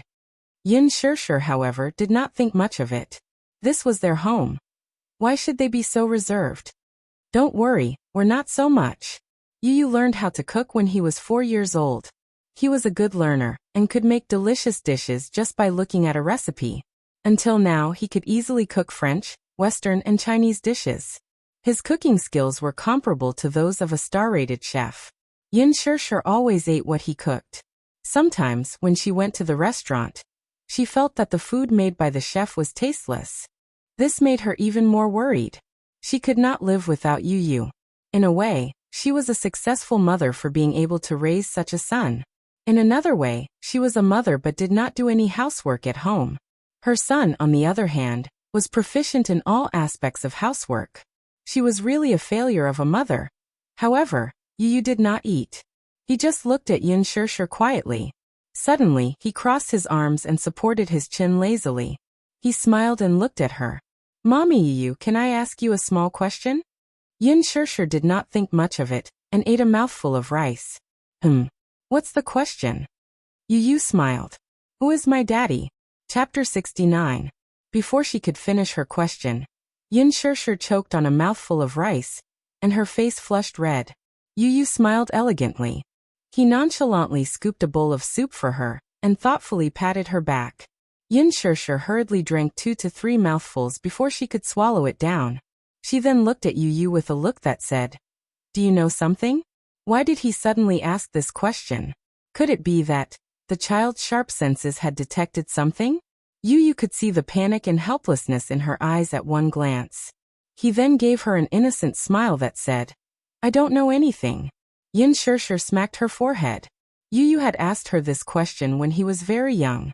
At the crucial moment, she casually made up a lie to dodge his question. Hence, after so long, she could not remember what she had answered back then. If her answer was different from back then, and Yu remembered it, would it not be contradictory? After hesitating for a moment, Yin Shirshir decisively changed the topic. Hey baby, come over and massage mommy's shoulders. My back is aching after a long day of work. As soon as she said that, she saw Yu giving her a disdainful look. Yin Shirshir broke out in cold sweat. Yu, what's with that look? She felt guilty for staring at him like that. Yu sighed. I really don't know what to do with mommy. He got up and sat beside Yin Shirshir, massaging her shoulders with his little fists. Yin Lan secretly heaved a sigh of relief. She had finally gotten away with it. Little did she know that the little boy, who was behind her, was looking at her guiltily. Yin Tianyu carefully observed her expression. Seeing her doubtful look, he slowly said, I called you this morning, but why was it an uncle who picked up? What? Yin Shirshir was stunned. Could it be that man? Who is that uncle? Yu's childish voice made her extremely nervous. Yin Shirshir cautiously asked, Did that uncle say anything else? Did he ask for your name? No. Even if uncle asked, Yu wouldn't tell him. Yu pouted. Didn't mommy teach you not to tell strangers my name? Yu, good boy. You're my good Yu. Yin was extremely gratified. Yu even asked uncle to give mommy a raise. Yu innocently and romantically tilted his head, revealing his pearly white teeth with a smile. Yin Shirshir's eyes welled up as her voice became slightly hoarse. You will never leave mommy, right? Yu immediately replied. You will never leave mommy. Why did mommy ask such a question? Yin Shirshir took a deep breath and carefully asked. If one day, your biological father wants to take you away. No. Yu's mommy's Yu. Yu only loves mommy. The little guy's adorable confession almost made Yin Shirshir burst into tears. She hugged the little guy tightly, and the uneasiness in her heart instantly dissipated. No one could snatch her Yu away. No one could snatch him away in this lifetime. Yin Shirshir said apologetically. Yu, no matter what, mommy will never leave you alone at home again. Yu was hugged so tightly that his little face turned red. However, his 2 little hands kept patting her shoulders as if to comfort her. Chapter 70. Yin Shirshir paused and said half-heartedly, When I was eating, I accidentally bit it. As soon as she finished speaking, she saw Yu looking at her with an extremely helpless expression. Mommy, how did you eat? How could you bite such a small part? Please use your brain when you're lying, okay? Did she really think that he was a 6-year-old child? Although he was really only 6 years old. Yin Shirshir felt awkward when the child saw through her lie, but she still coaxed him. It was really a bite, although she didn't bite it herself. However, Yu was just as sensitive as his father. He narrowed his eyes and asked, Who bit you? Yin Shirshir felt a headache coming on at the thought of that man. Genetics was a wonderful thing. At this moment, the father and son were so similar. She laughed dryly and said, Mommy accidentally bit it. Seeing that she didn't want to talk about it, Yu didn't force her to explain it to him. He only pursed his lips and said, Mommy, if anyone bullies you, just tell Yu. Yu will protect mommy. Yin Shirshir could not help but laugh. This child was clearly only 6 years old, but sometimes he gave her the illusion that he was more mature than she was. It was as if his mind was more mature than hers. He was calm and composed. However, she didn't think much of it. She just thought that Yu was worried about her. Touched, she kissed his forehead and hugged him. Yu smiled warmly, but his heart was throbbing with pain. Mommy was still so young. At this age, she should be enjoying the beauty of youth, but she had to face the burden of maturity at such a young age. For him, she studied and worked while raising him. She had tasted the taste of hardship at a young age. When she was breastfeeding, she couldn't bear to leave anything good for him. Life was slow, and she was so tired that her body almost collapsed. There were many times when he couldn't help but want to tell her that he could take care of the whole family and protect her now. However, he was a little worried. He was worried that if Mommy saw him like this, would she be able to accept it? Would she not look at him like he was a monster? This morning he flipped through the bills for the past few months and saw a string of shocking numbers on the bills. With just a glance, he couldn't help but be shocked. The place they rented was an apartment near the school district in the city center. The environment was elegant, and most importantly, it was safe. Not to mention the shockingly high rent for the time being. Just the monthly property management fees and utilities were shockingly expensive. That was not all. She had always wanted to give Yu the best environment to study and the best space to grow. Therefore, she had always given him the best food and clothing. This was also a huge expense. After deducting this from her monthly salary, there was very little left. In the past, her monthly salary of 20,000 yuan was tempting, but in reality, it disappeared like water once it was in her hands. Mommy, don't work so hard in the future. Yu's heart ached when she saw this. If Yu doesn't go to an aristocratic kindergarten or an extracurricular class, life won't be so difficult. Yu's gaze softened as she spoke. But last time, I heard from Auntie Xiao Shui that acting used to be Mommy's dream. If Mommy still has dreams, Yu will definitely support Mommy. Okay. But don't frown every day. Yu's heart will ache for you. Yun Shishir smiled apologetically and pretended to be relaxed as she clapped her hands. Eat. Mommy was wrong. The 3 rules stated that I can't bring my bad mood from work to home. Yu made so much delicious food today, but it's all gone cold. It's Mommy's fault. As she spoke, Yun Shishir smiled and started eating. Yu sat quietly at the side. Her eyes were like crescents, and they seemed to be filled with a circle of fragmented moonlight. Yun Shishir had always been strong in the face of setbacks, so she quickly erased all the unpleasant scenes from her memory. Chapter 71. In the afternoon, Yun Na received the invitation that she had been dreaming of. However, she received a warning call from Li Dongqiang. When she picked up the call, she heard a furious interrogation from the other end of the phone. Yun Na, you wretched wretch. Do you King know who you've offended? I'm in deep trouble because of you. She was baffled by his words and clearly did not understand. Brother Chang, what's wrong? That elder sister of yours looks young and harmless, but her background is not small. I can't even touch a strand of her hair, can I? Yesterday, I just wanted to play with her.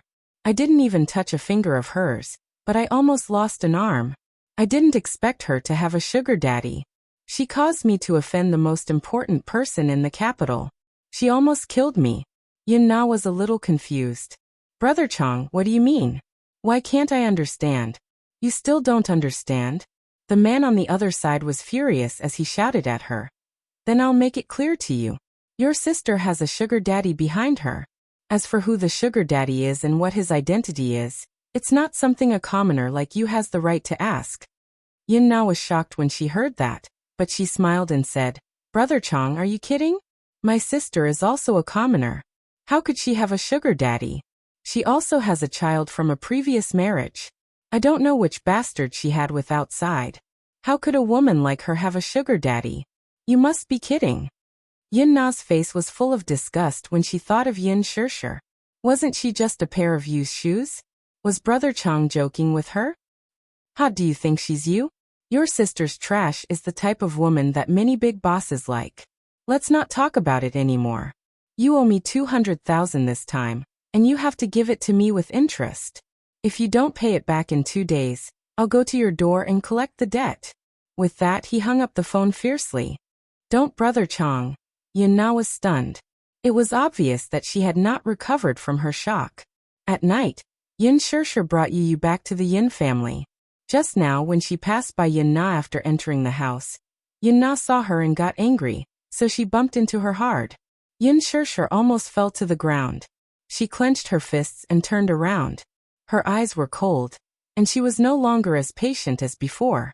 Yin Na glared hatefully at her and said in disdain, "You blind B***tch." Unexpectedly, Pa! Yin Shirshir sneered as she slapped the other's face with a crisp and forceful slap. Yin Na stared at her blankly. She actually hit her. In a moment of anger, she angrily said, "How dare you hit me?" Yin Shirshir paused and calmly turned around. Her face was neither cold nor hot. "Look at you. Who else am I supposed to hit if not you?" Li Yin was shocked. She couldn't believe that Yin Shirshir, who had always been weak and timid, dared to disobey her. Despicable wretch. Are you trying to rebel? Why? Are you looking down on me when my dad isn't home? The prerequisite is that you're a human. Yin Shirshir curled her lips and retorted curtly. Yin Na was furious and raised her hand high to slap her. B***tch, I'll kill you. Pa. The slap landed on her face. Fortunately, Yin Shirshir dodged in time, so it didn't hurt or itch. Yin Shirshir sneered. Turning around, she grabbed the woman's collar and pushed her against the wall. Smack. Her palm landed on the woman's face. Chapter 72. She returned the slap tenfold. He did not hold back at all. Yin Na was caught off guard and took the full brunt of the blow. Yin Shirshir did not intend to let her off just like that. She slapped her again. She had obsessive-compulsive disorder and had to be symmetrical on both sides. Now both sides of her cheeks were clearly imprinted with 5 fingerprints. Her beautiful face was somewhat ruined. Yin Na flew into a rage out of humiliation. She was proud of her beautiful face and usually protected it well. Now that Yin Shirshir had actually hurt her face, she simply wanted to strangle this B***tch to death. She rushed forward to wrestle with her, but Yin Shirshir grabbed her wrist and twisted it in the opposite direction. Yin Na cried out in pain and tried to grab her hair. "What are you all doing?" An angry roar came from the door. Yun Yecheng stood at the door and looked at the chaotic scene in the living room. His eyes were red with anger. "Stop it, all of you. Are all of you rebelling?" "Dad." When Yin Shirshir saw him return, she immediately concealed the originally cold expression on her face without a trace. In the blink of an eye, an aggrieved expression appeared on her face. "Yin Na is too much." As she spoke, she even sobbed a few times as if she had suffered a great grievance. Yin Na was dumbfounded. With Yin Shirshir's character in the past, she would swallow her teeth and never complain to Yin Tianho, no matter how aggrieved she was. Now she had learned to pretend to be innocent. Yin Na was flustered. Her face was still burning. Who was the one who had gone overboard? Her weakness and helplessness were truly piercing and pitiful. Anyone who saw such a pitiful look would feel heartache. Yin Yecheng was even more heartbroken when he saw this.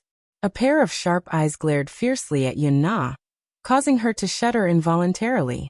Hearing the strange noise, Li Qin walked out of the room and saw this scene. She saw the swollen fingerprints on her daughter's face. "Mom, this B***tch hit me? She even called me a B***tch. Who are you calling a B***tch? Li Qin was furious when she heard this. She pointed at Yu and yelled at Yin Shirshir. "The Yin family will not acknowledge you two bastards and will not raise an unfilial daughter like you." Yin Shirshir sneered. Yu walked forward and held Yin Shirshir's hand.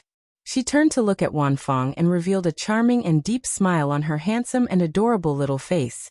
"Auntie, don't worry. I'll take care of Mommy. You don't have to worry. You have money, you should think about how to take care of your face." Hearing this, Li Qin's Li's Yin Shirshir's. She was originally beautiful, but after giving birth to Yin Na, stretch marks appeared on her face. In addition, she was middle-aged and her appearance was no longer as beautiful as when she was young. No matter how she maintained her beauty, it was useless. Yu's poisonous tongue stabbed right into her sore spot. "Look at this child. She looks so innocent and adorable at such a young age. Yet she could say such vicious words." She choked on her words. Yu looked up and tugged at Yin Shirshir's sleeve. Her tender voice was innocent and harmless. Mommy, do you know what disgusting means when disgusting mommy opens the door for disgusting? Yin Shirshir asked with a smile. What does it mean? Yu glanced at the mother and daughter nonchalantly and said, It's disgusting to the core. Hearing this, Li Qin realized that the child was mocking her. Furious, she rushed forward and raised her hand to slap Yu. But Yin Shirshir grabbed her wrist. You unfilial daughter. How dare you hit my daughter? Do you want to hit me as well? Yeching looked at Nana's face. It was slapped by this little b****. Without waiting for him to respond, she lifted her head to look at him. Yes, I slapped her. But your daughter is restless outside. She gambles and takes drugs. She's in debt and caused me to lose my job. Yesterday, she almost caused me to. She did not continue speaking in her embarrassment. You can say that I'm born to a mother, but not raised by one. You can say that I live and eat your food, but I'm not a lowly servant who has to listen to your whims and be used by you. I have my dignity. How can you enslave me like this? Yin Shirshir said with forbearance. Chapter 73. You. Li Qin was speechless for a moment.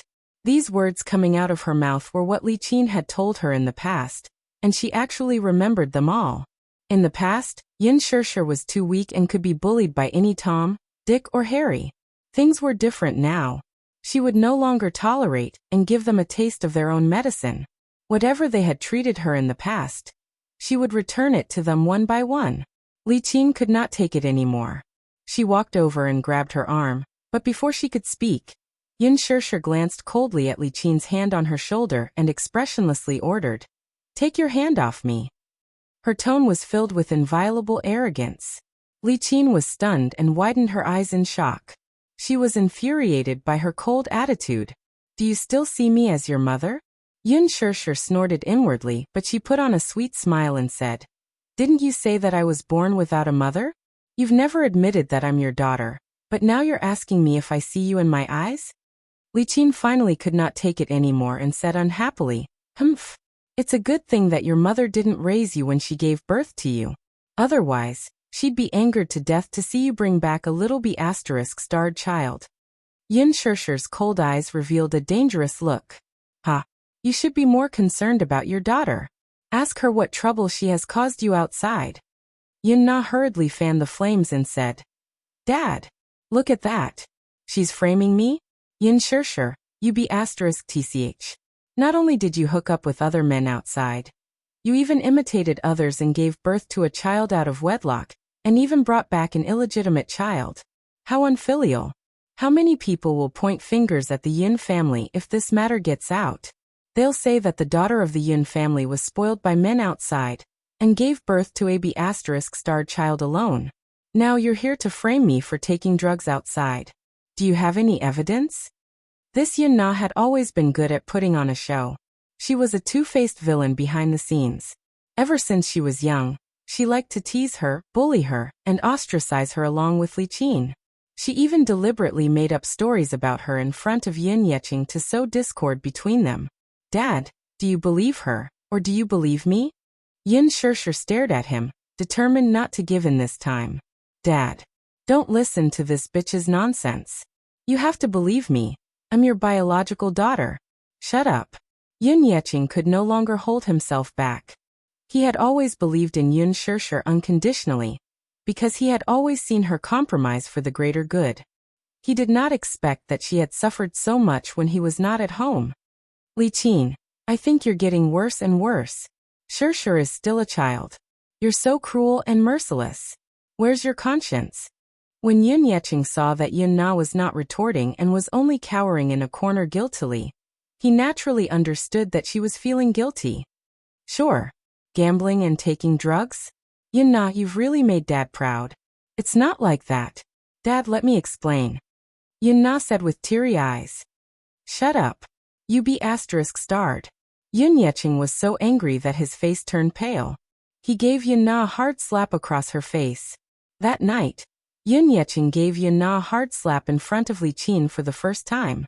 The belt lashed across her back, leaving a mark of disappointment for her failure to live up to his expectations.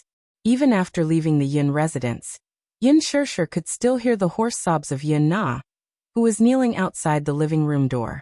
Since she was young until now, Yin Na had never suffered such humiliation, and she probably hated him to the bone now. These punishments were nothing to Yin Shirshir. The things that Li Qin and Yin Na had done to her in the past were still engraved in her mind. Needle pricks, palm slaps, hair tearing. Chapter 74. In the taxi back to the apartment, Yu crossed his arms in front of his chest, looking a little unhappy. Seeing his gloomy expression, Yin Shirshir reached out to pinch his tender cheeks.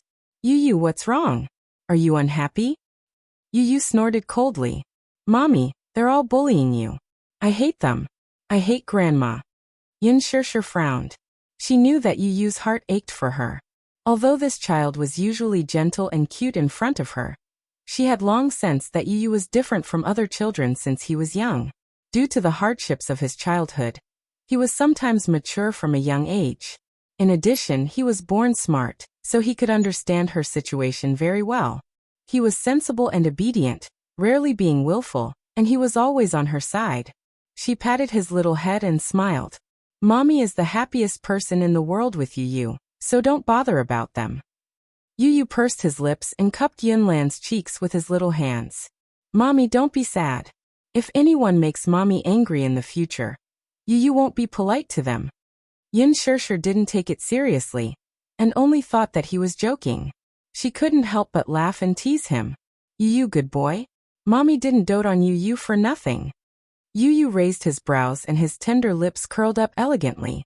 A trace of mesmerizing gentleness flashed across his dark jade-like eyes. As long as Mommy is happy, Yu is willing to do anything. A devilish smile flashed across Yu's eyes. Mommy, Yu can really protect you. When the mother and son returned to the apartment, the manager called and asked her to attend a drinking party at the Crown Hotel. She hurried over. The huge Crown Hotel was luxuriously decorated and dazzling. Yin Shirshir originally planned to sleep, but the company called and said that the artist she was in charge of was going to have dinner with a big boss, so she was asked to come over and take care of it. As she was rushing towards the banquet, she suddenly caught a glimpse of an extremely familiar figure in the luxurious corridor covered with red carpets. At the end of the corridor, a little boy of about 5 or 6 years old was walking slowly with a servant following him. His figure and back were shockingly similar to Yu's. Yin Shirshir's heart was startled and frightened. Unexpectedly, she followed him like a ghost. She was very careful and did not make any sound as she walked on the expensive carpet. However, the handsome boy's hearing was amazing. He turned around alertly and bumped into Yin Shirshir. Her perplexed gaze fell on the boy's handsome and tender face. In that instant, her heart surged. Yu. His black hair was very smooth, especially under the reflection of the retro wall lamps in the corridor, which made his hair look even softer and brighter. With fair skin, rosy cheeks, a high nose bridge, and a small red mouth, the little guy's facial features had the beautiful and deep lines of a European descendant, but it did not lose the gentle aura of an Asian. He had a pair of big, watery eyes with long, curved eyelashes that were thick and soft, long and curly, and slightly upturned like 2 black feathers. His black jade-like pupils were as bright as the galaxy, ethereal and mesmerizing. They were also like dazzling diamonds, without a trace of impurities and breathtaking. However, there was only coldness in his eyes now. Although he was young, he had the aura of an emperor. His exquisite facial features were exactly the same as Yu's. The only difference was that between the 2 children, one was deep and cold, while the other was gentle and elegant. Chapter 75. This child. Could it be? Yin Shirshir was taken aback by the conjecture in her heart. 6 years ago, she signed a contract with that man and gave birth to twins. As Yu was born prematurely, her breathing was weak when she came out. A careless nurse mistook her for no signs of life. Her brother, on the other hand, was taken away by that man. Yin Yeqing had erased all traces of Yu. It was already a blessing for her to be able to keep Yu by her side. However, as a mother, she could not afford to ignore her own flesh and blood. For the past 6 years, she had been secretly sketching the outline of another child she had never met in her mind. This child must be very similar to Yu. He must have the same eyes, nose, and beautiful face as Yu. However, he didn't expect that the two children were so similar that they were carved from the same mold. Yin Shirshir stared at him in a daze. Unknowingly, tears welled up in her eyes. She never thought that she would be able to see this child again in this lifetime. There seemed to be an intimate bond between mother and son. It was like a bond. Muichen's character was like Muyaja's. He never liked a stranger staring at him so blatantly. However, looking at this woman who was suddenly defeated in front of him with tears streaming down her face, his cold and hard heart softened in an instant. "Who are you?" Muichen turned around and sized her up suspiciously with a wary look on his face. Yin Shirshir heard his young voice, which was very similar to Yu Yu's. For a moment, she could not help but walk toward him. Muichen retreated vigilantly, subconsciously not letting her near him. The few helpers standing behind him hurriedly blocked Yin Shirshir's path when they saw her approaching. "Who are you? You're not allowed to go near the young master." Yin Shirshir opened her mouth but was tongue-tied for a moment. That's right. Who is she? Did she think that she could recognize this child? But his own flesh and blood was right in front of him. Yet he couldn't recognize him. What kind of pain was this? What kind of irony was this? She smiled and said calmly, "Don't worry, I'm not a bad person. I won't hurt you." Muichen's heart was warmed by his mother's gentle smile. He had never seen such a warm smile before. For as long as he could remember, his father rarely smiled in front of him. On the other hand, his mommy often smiled at him, but there were too many complicated things in her smile, which sent chills down his spine. For the first time in his life, this strange woman made him feel the tenderness of a mother. In an instant, a white light flashed in his mind, as if too many thoughts had entered his mind. But they were strangers after all, so he didn't show any signs of closeness. "Then why are you staring at me? I don't like it," Muichen warned her, but his tone was not as cold as usual. It was only faint and emotionless. Yin Shirshir smiled and was about to reply when an unfamiliar female voice came from behind her. "Who's standing there?" Yin Shirshir turned her head in shock, only to see an elegantly dressed woman standing behind her, coldly sizing her up. However, the moment Yin Shirshir turned around, that woman instantly raised her guard. Yin Shirshir. Chapter 76. Mu Wanru was shocked. She didn't expect to meet her again here. After not seeing her for more than 10 years, the weak and helpless girl in her memory had grown into a beautiful, pure, and refined girl. The peaceful years didn't seem to have left any traces on her body. Even though she didn't put on any makeup, she was still shockingly beautiful. She was so young that she looked like a high school student. Yin Shirshir also saw her, and a white light flashed across her mind. She felt that this face with thick rouge looked familiar, as if she had seen it somewhere before. However, she couldn't remember exactly where she had met her before. She only felt that she looked extremely familiar. Mu Wanru felt her hair stand on end from her stare. She secretly gritted her teeth. How small was this capital? Why did the person she didn't want to see the most appear right in front of her? Ever since she found out that Muyaja was investigating her identity, she had been plotting how to get rid of this thorn in her flesh. Now, it seemed that enemies were bound to meet on a narrow road. She pursed her red lips and attacked Yin Shirshir step by step. She asked in a condescending manner, "Who are you? What are you doing in this hotel? Did you register at the front desk? What's your occupation? What's your identity? You're dressed so shabbily. Do you have the right to step into this 6-star hotel?" "I'm an artist's assistant at Huanyu Entertainment." "Which artist? What's her name?" Mu Wanru didn't have the patience to listen to her. She only wanted to chase her away and not appear in front of her and Xiaoyi-chen. "Mommy," Muichen calmly called out from behind her. Yin Shirshir instinctively turned around and suddenly realized that this child wasn't calling her mommy. Mu Wanru expressionlessly pushed Yin Shirshir away and walked in front of Xiaoyi-chen.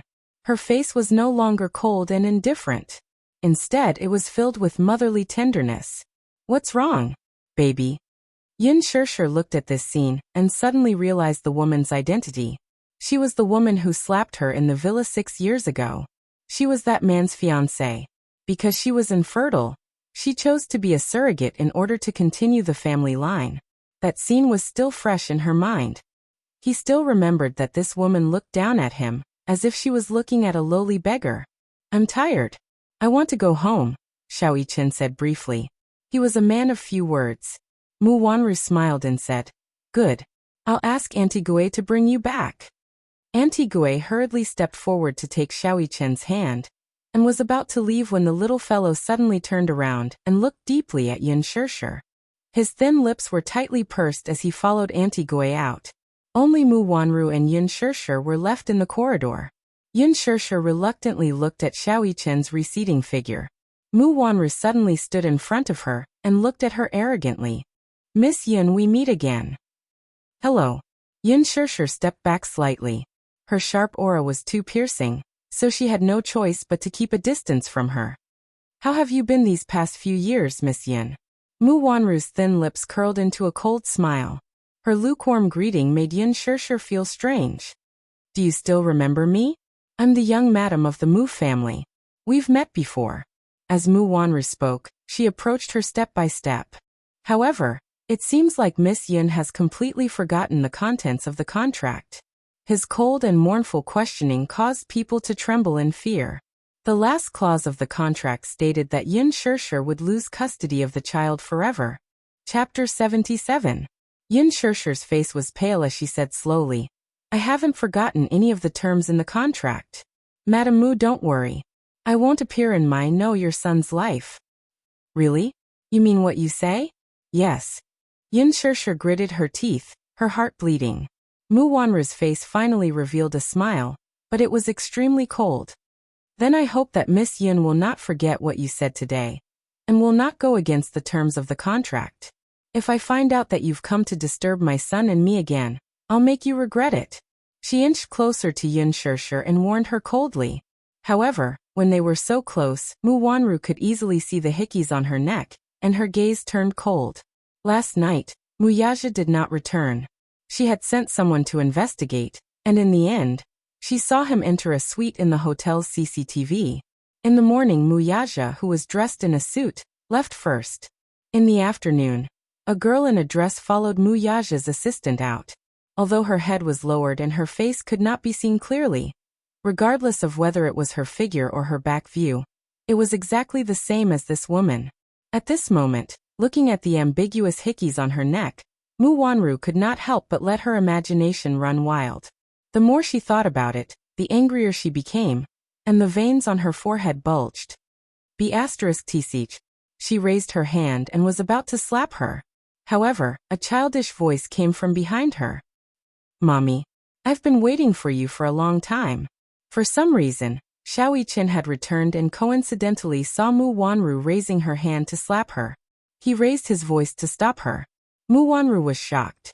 When she turned around to face the little munchkin, her face was full of gentleness.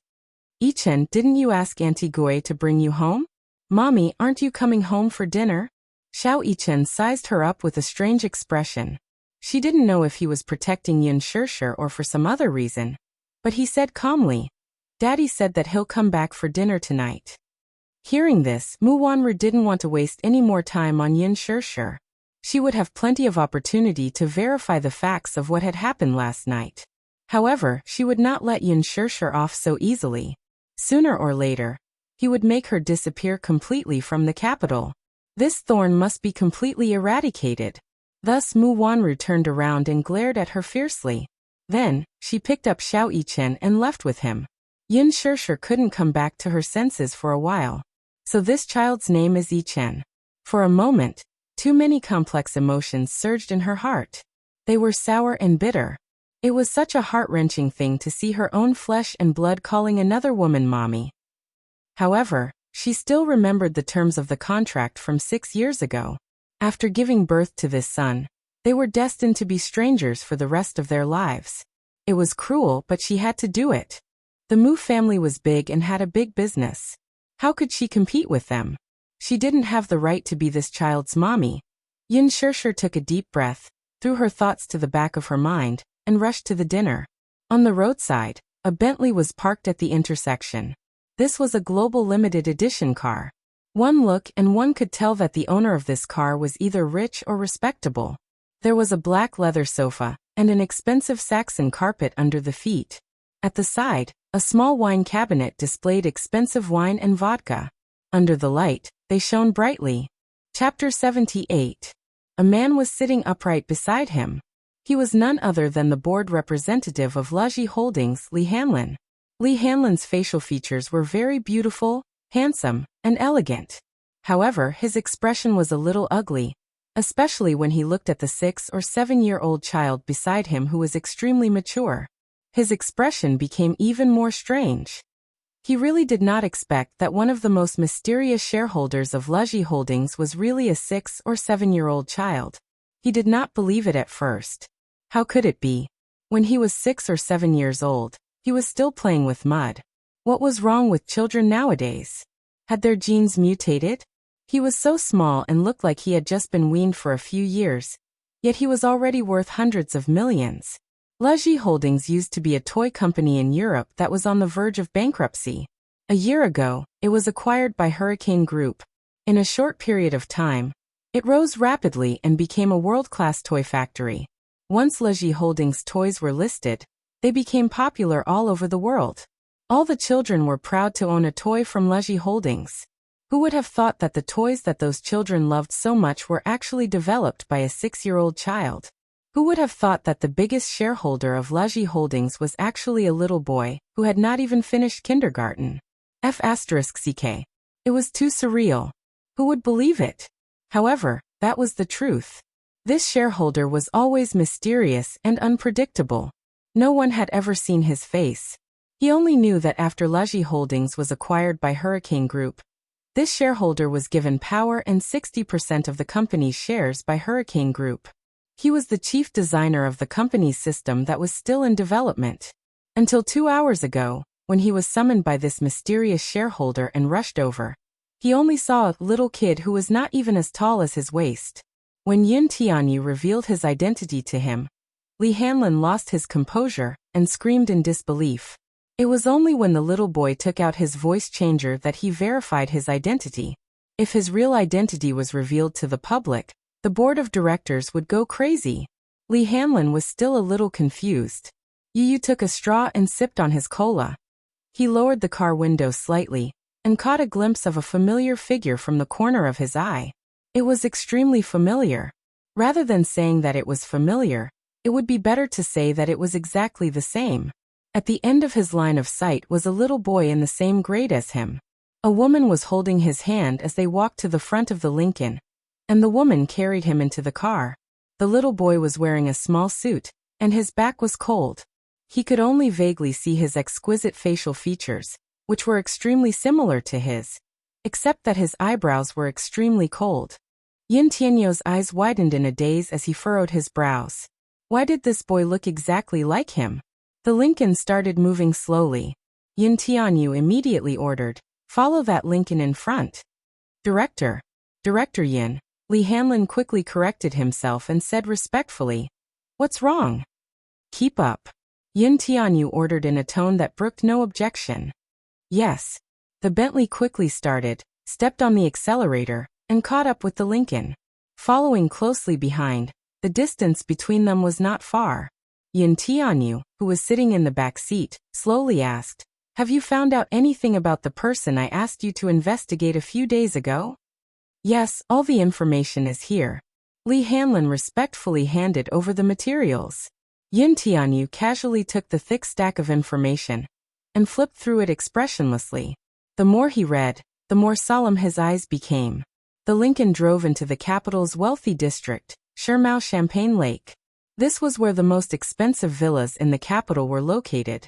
The people who lived here were of noble status and were worth hundreds of millions. Rumor had it that the average price of a villa here was 500,000 yuan per square meter. It was so expensive that it made people speechless. The Lincoln limousine drove in without any obstructions. The Bentley was stopped at the entrance, however. Yin Shanshi was heavily guarded, and ordinary people were not allowed to enter. The security guard stopped the car. Lee Hanlon lowered the window and was about to speak when the security guard at the entrance saw Yin Tianyu. His expression immediately became respectful. "So young Master Mu is back." The license plate was unfamiliar, but the security guard mistook Yin Tianyu for the Mu family's young master. Naturally, he did not dare to slight him. Who dared to stop the Mu family's young master's car? Many doubts flashed across Yin Tianyu's heart when he heard this, but his face remained calm as he greeted, "Hello, uncle." Chapter 79. The security guard was flattered and quickly greeted, "Hello, young master. Please come in, young master." His impression of the Mu family's young master had always been arrogant and indifferent. He would never greet a mere security guard. Now he was truly shocked. The security guard let them in, and the Bentley slowly drove through the entrance. When the Lincoln came to a stop in front of a quaint and luxurious villa, Li Hanlin instructed the chauffeur to pull over. "Director Yin, what's going on?" Li Hanlin asked cautiously. Yin Tianyu shushed him, indicating for him not to speak. He rolled down the car window and leaned against it to look out. When the little boy alighted from the car, the servant at the entrance hurried to welcome him. His brows furrowed slightly. There were too many questions in his mind at that moment. Mu Wanru alighted from the car as well. When she looked up, she saw Mu Yaja standing at the entrance. He was tall and imposing, but without his suit, he did not seem to be the empire's elite in the business world. His snow-white shirt accentuated his exquisite features. The night was bleak and hazy. All the floor lights in the villa's courtyard were lit. The atmosphere was warm. Mu Yaja squatted down slightly and smiled gently at Mu Yichen. He rarely smiled.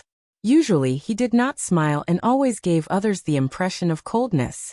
However, it was only in front of Xiao Yichen that he would show this rare tenderness. His beautiful almond-shaped eyes were deep and mesmerizing, and his sexy thin lips curved into a doting smile. It was simply irresistible. A father's warmth was like a harbor. It made one feel incomparably at ease. He flew to North America the day before yesterday to attend a meeting, so he hurried back home after returning. Xiao Yichen was originally angry with him. He waited for him the whole night, but he did not return. His daddy actually did not keep his promise. Accompanying him for dinner, doing his homework, and not talking about work at home were the 3 rules, but he did not abide by them. However, under Mu Yaja's doting gaze, the accumulated haze in Xiao Yichen's heart finally dissipated. The little guy rushed into the man's arms and wrapped his little hands around Mu Yaja's elegant neck. He muttered, "Daddy." Yin Tianyu, who was sitting in the car, stared at her in a daze. His eyes were unnoticeably moist. However, when he saw Mu Yaja take out a beautifully wrapped gift from behind him, Xiao Yichen opened it in surprise. It was the remote-controlled racing car that he had been looking forward to. It was Laji's best-selling toy for the new season, and many children dreamed of owning one. Wow! This is Laji TK01 Smart Remote-Controlled Racing Car. Thank you, Daddy. I'm so happy. Mu Wanru slowly walked over, squatted down beside Xiao Yichen, and kissed his forehead. "Baby, let Daddy assemble it with you, okay?" "Alright." Mu Yaja smiled dotingly. "Baby, have you forgiven Daddy, Daddy is the best. Yichen loves Daddy the most." This heartwarming scene undoubtedly stung Yin Tianyu's eyes. It turned out that a father was such a warm existence. The TK01 Smart Remote-Controlled Racing Car was a product that Yu had painstakingly designed. When it was put into production, the online pre-orders had exceeded hundreds of thousands. The one he saw at the mall that time was just a domestic imitation of a remote-controlled racing car. He was only researching it, but he did not expect his mommy to mistakenly think that he liked it and insisted on buying it. In fact, he did not like toys. He was no longer interested in these things, which were somewhat childish to him. What he envied was having a daddy who could patiently assemble and play with him. What he yearned for was merely companionship. Chapter 80. What he yearned for was merely companionship. Yin Tianyu's little hand gripped the windowsill, his eyes filled with desolation. He did not even know what to do. All these years he had thought that he did not have a father, but now his father was right in front of him. Just like how Yin Shishir would always picture a child she had never met before in her heart. More than once, he had pictured his father's silhouette in his mind. He must be very tall with good-looking eyes and a tall nose. He must look dashing in a suit. That was because his kindergarten teacher always praised him for his good looks. His father must be even more dashing. In fact, this man was really handsome. Even he was mesmerized by him. In his heart, he was also looking forward to it. How great would it have been if he had been his father 6 years ago? Unfortunately, Yin Shishi's gentle words suddenly echoed in Yu Yu's mind. You will never leave mommy, right? Yes. He would never leave mommy, never. He was mommy's little god of warmth. He wanted to protect mommy and not let anyone hurt her. Even if it was his biological father, he would never allow it. Yu Yu lowered his eyelids to hide the longing that flashed across his eyes as he slowly rolled up the car window. Mu Yaja carried Xiao Chen and dotingly caressed his little head. From the corner of his eye, he caught sight of an unfamiliar Bentley. He followed his line of sight and saw a Bentley slowly driving away. He could vaguely see a lonely silhouette through the car window. A child of about 6 years old was sitting in the back seat lazily with his head propped up. His eyes were downcast, and he looked a little lonely. His heart skipped a beat as if he had lost something important. Even his breathing stopped for an inch. Xiao Chen raised his head and saw his father looking into the distance in a daze. He frowned and asked, "Daddy, what's wrong?" Nothing." Mu Yaja lowered his head and curled his lips, but he was clearly distracted. The banquet was arranged in a VIP private room. Yin Shishi had just opened the door when she accidentally bumped into a lively scene. He saw Han Jingyi sitting in the arms of a fat middle-aged man, hitting the man's shoulder and acting coquettishly. Her shoulders were slightly exposed, and her attire was sexy and alluring. The circle of people sitting around her had a tacit understanding of each other. They just sat on the side and chatted wittily, as if they were already used to this erotic scene. In the circle, there were many unrestrained scenes. They were already used to it. The middle-aged man who was hugging Han Jingyi was the big boss of a real estate development company, Yin Liangxiong. He had a strong net worth and quite a bit of status. He was the one who had raised Han Jingyi to the top. Yin Shishi was not used to such a scene, but she forced herself to fit in as soon as possible and sat beside Han Jingyi. However, the moment he walked in, the atmosphere in the room changed slightly. Originally, Han Jingyi was a young model who had graduated from an art school. Although she was inexperienced, she knew the rules of the entertainment industry and knew the rules. With her good looks, she signed a contract with Huanyu Entertainment. However, after a year of debut, she did not receive any resources and remained unknown. Chapter 81. Yen Liangxiong was obsessed with beauty, and he especially liked young models like Han Jingyi, who had a slim figure and a sweet appearance. Han Jingyi naturally catered to his fancy. She took part in a few reality shows and made a small name for herself. Yen Liangxiong had a lot of assets. He was one of the biggest investors in Huanyu Entertainment's huge youth film, The Green Apple. Han Jingyi's manager was well aware of the unspoken rules of the entertainment industry, so she made an appointment with Yen Liangxiong. She hoped that Han Jingyi could use this opportunity to whisper something in his ear. If she could be the female lead of The Green Apple, her day of success would be just around the corner. Therefore, at the dinner party, Han Jingyi was full of thoughts about this rich and overbearing big boss. This Yen Liangxiong was simply overjoyed by her coaxing.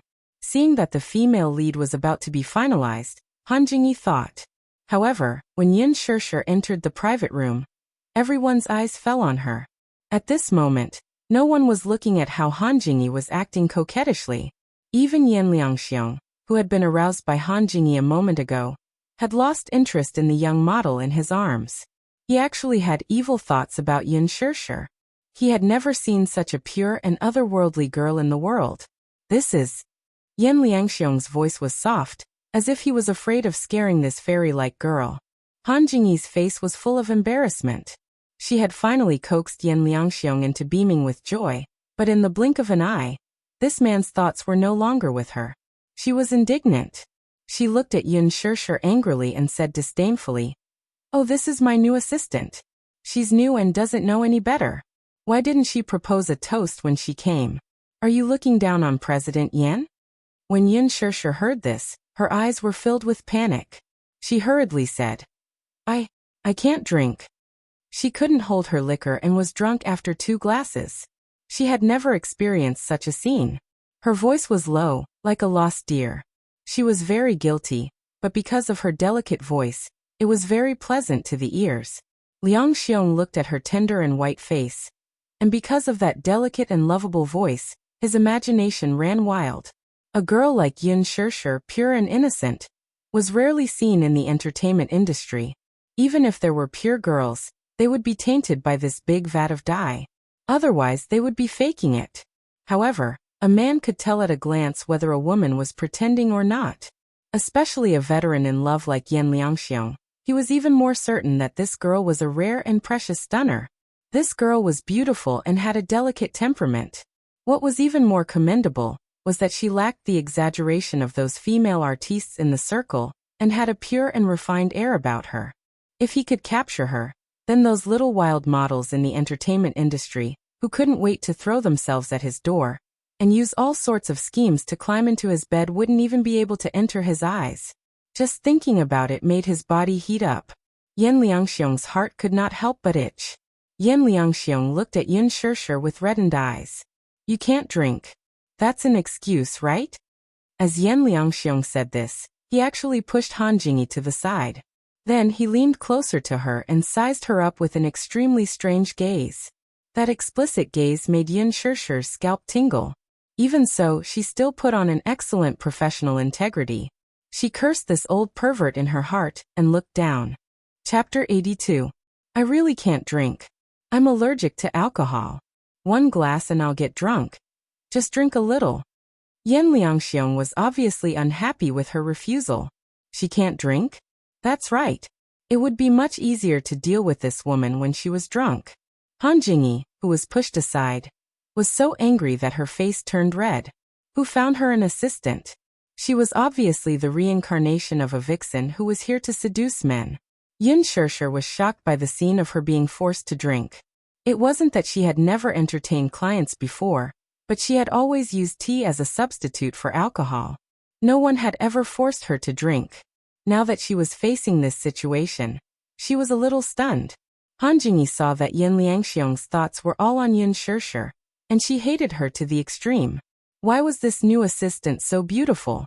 Look, it had only been a few minutes since she entered the room. Was she trying to steal the souls of all the men in the room? She must have been a vixen in her previous life, right? She was cursing viciously in her heart, but she forced a smile on her face.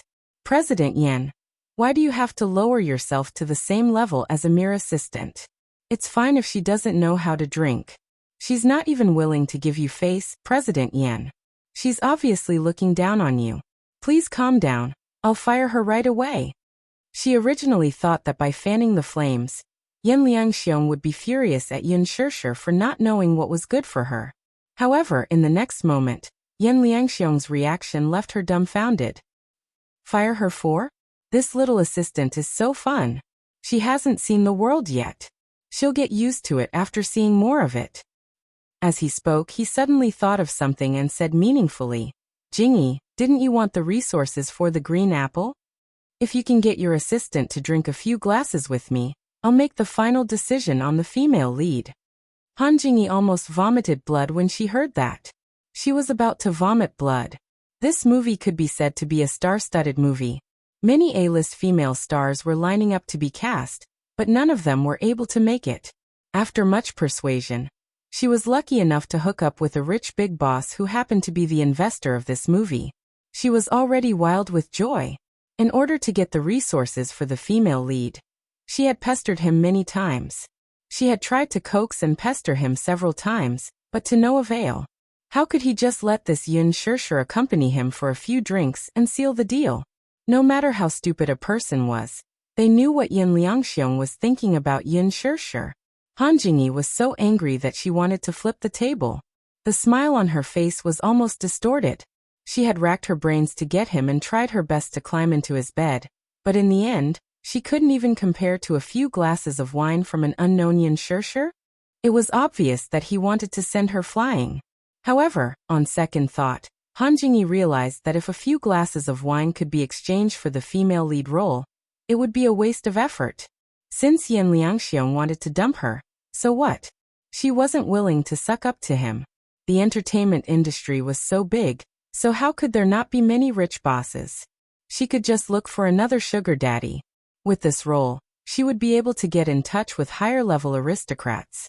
This assistant could exchange a few glasses of wine for resources that other female stars couldn't even dream of. This was perfect. As she thought about it, Han Jingyi persuaded. I say, newcomer, you should drink a few glasses with President Yin.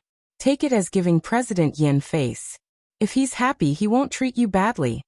With that, Han Jingyi mouthed to her. If you don't drink, I'll fire you. Chapter 83.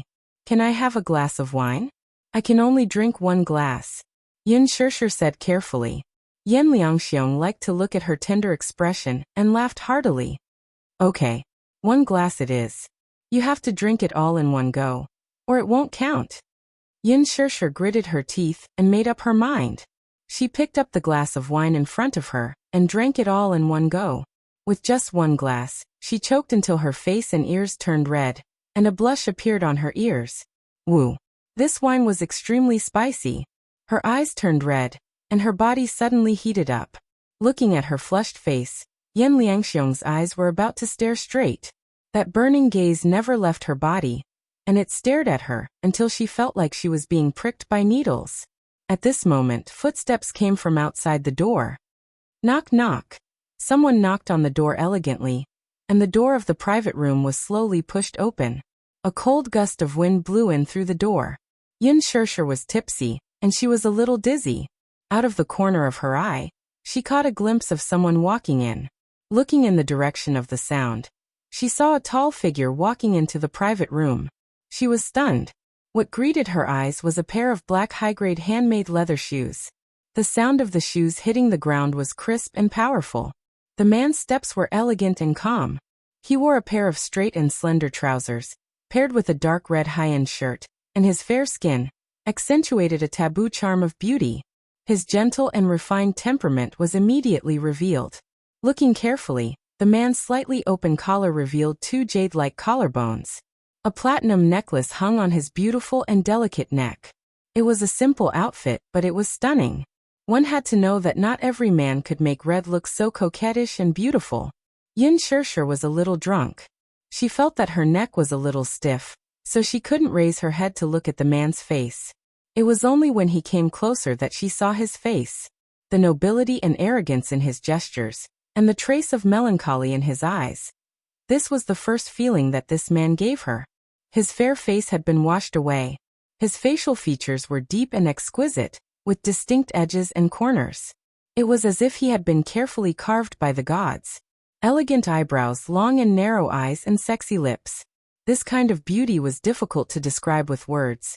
So much so that everything in the world was as insignificant as dust in front of him.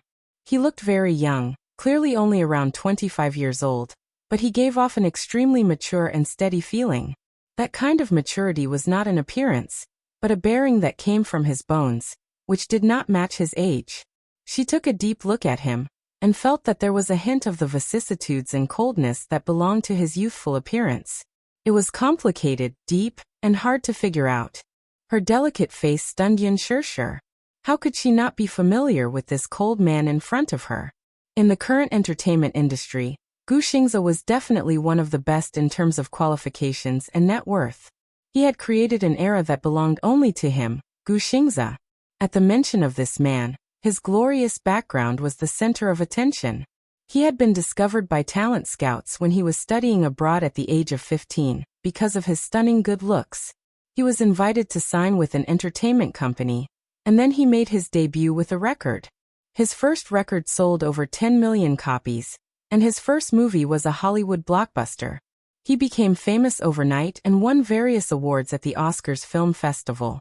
After that, his global popularity soared. Chapter 84. There was no shortage of handsome male artists in the entertainment industry. However, in such a dirty and complicated environment, one would be eliminated sooner or later if they did not know how to fight for it. However, Gu Xingze was a miracle.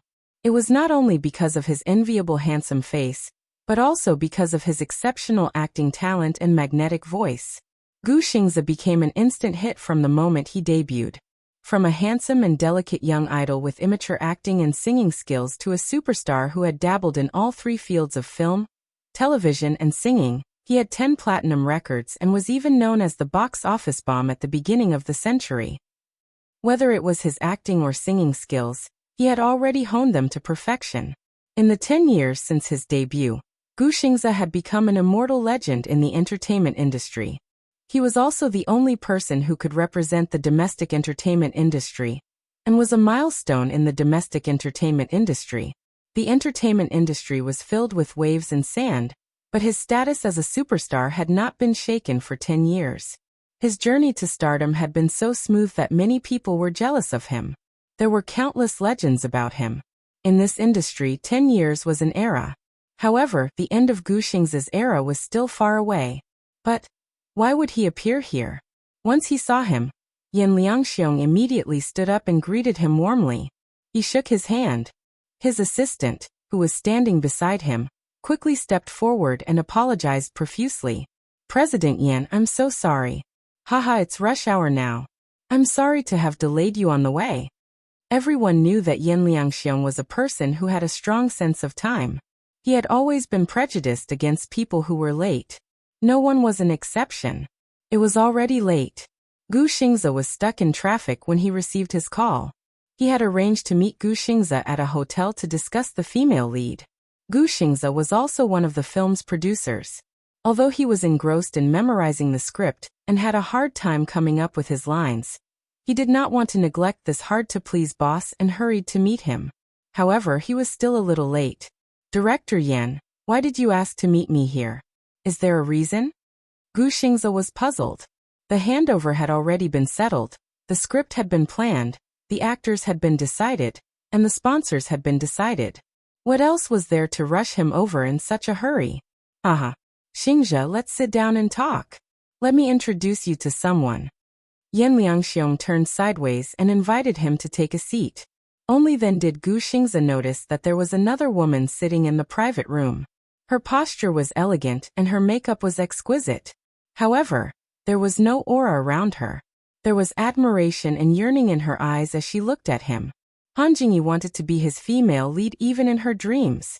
Although she had debuted for more than a year, and had been in the industry for a long time, this was her first time meeting the Heavenly King.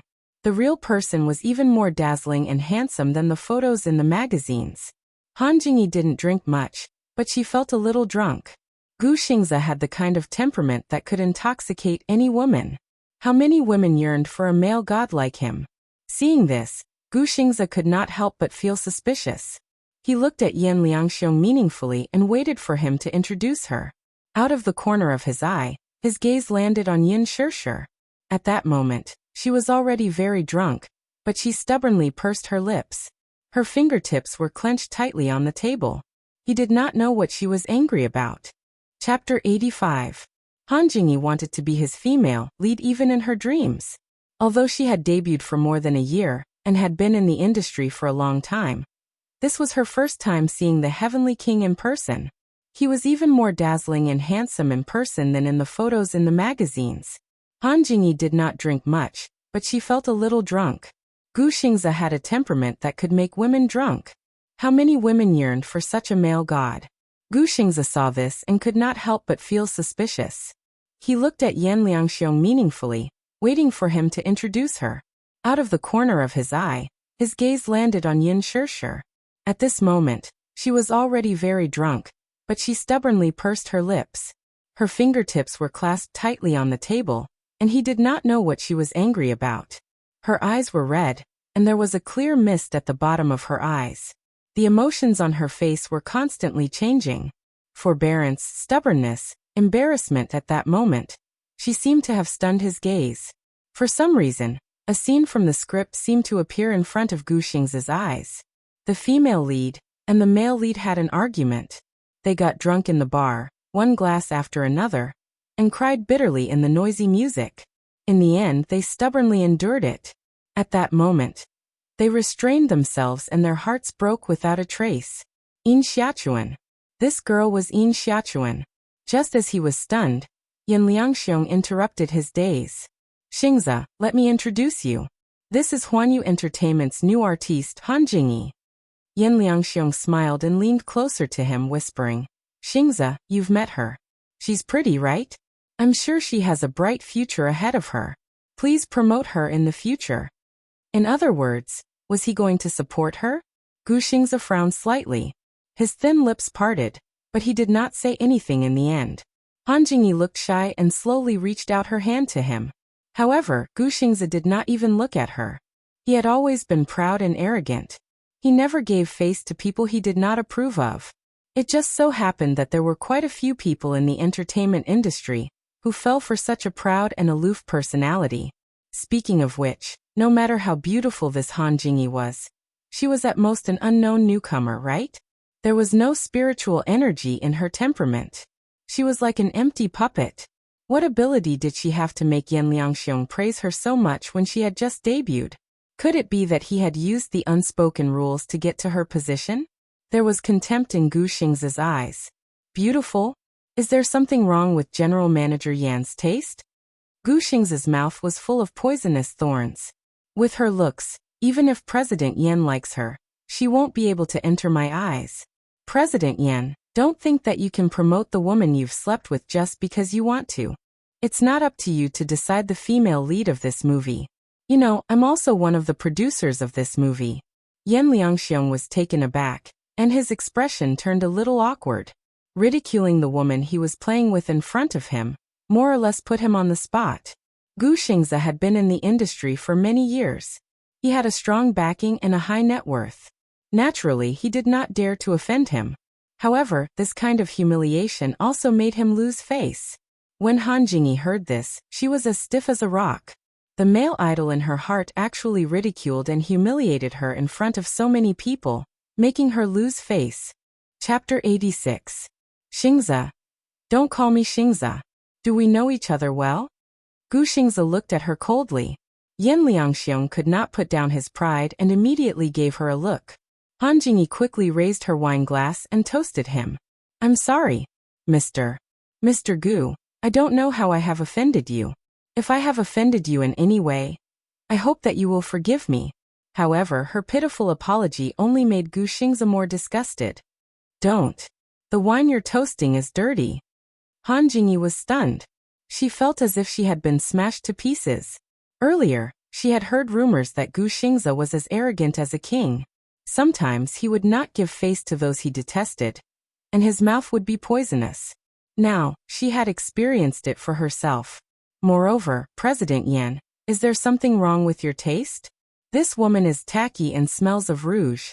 How can she play the role of the pure Yin Xiachuan? First of all, her appearance is not right. If I were to act with her, I'm afraid that I would vomit. Gu Xingze continued to use his poisonous tongue. Han Jingyi could no longer sit still.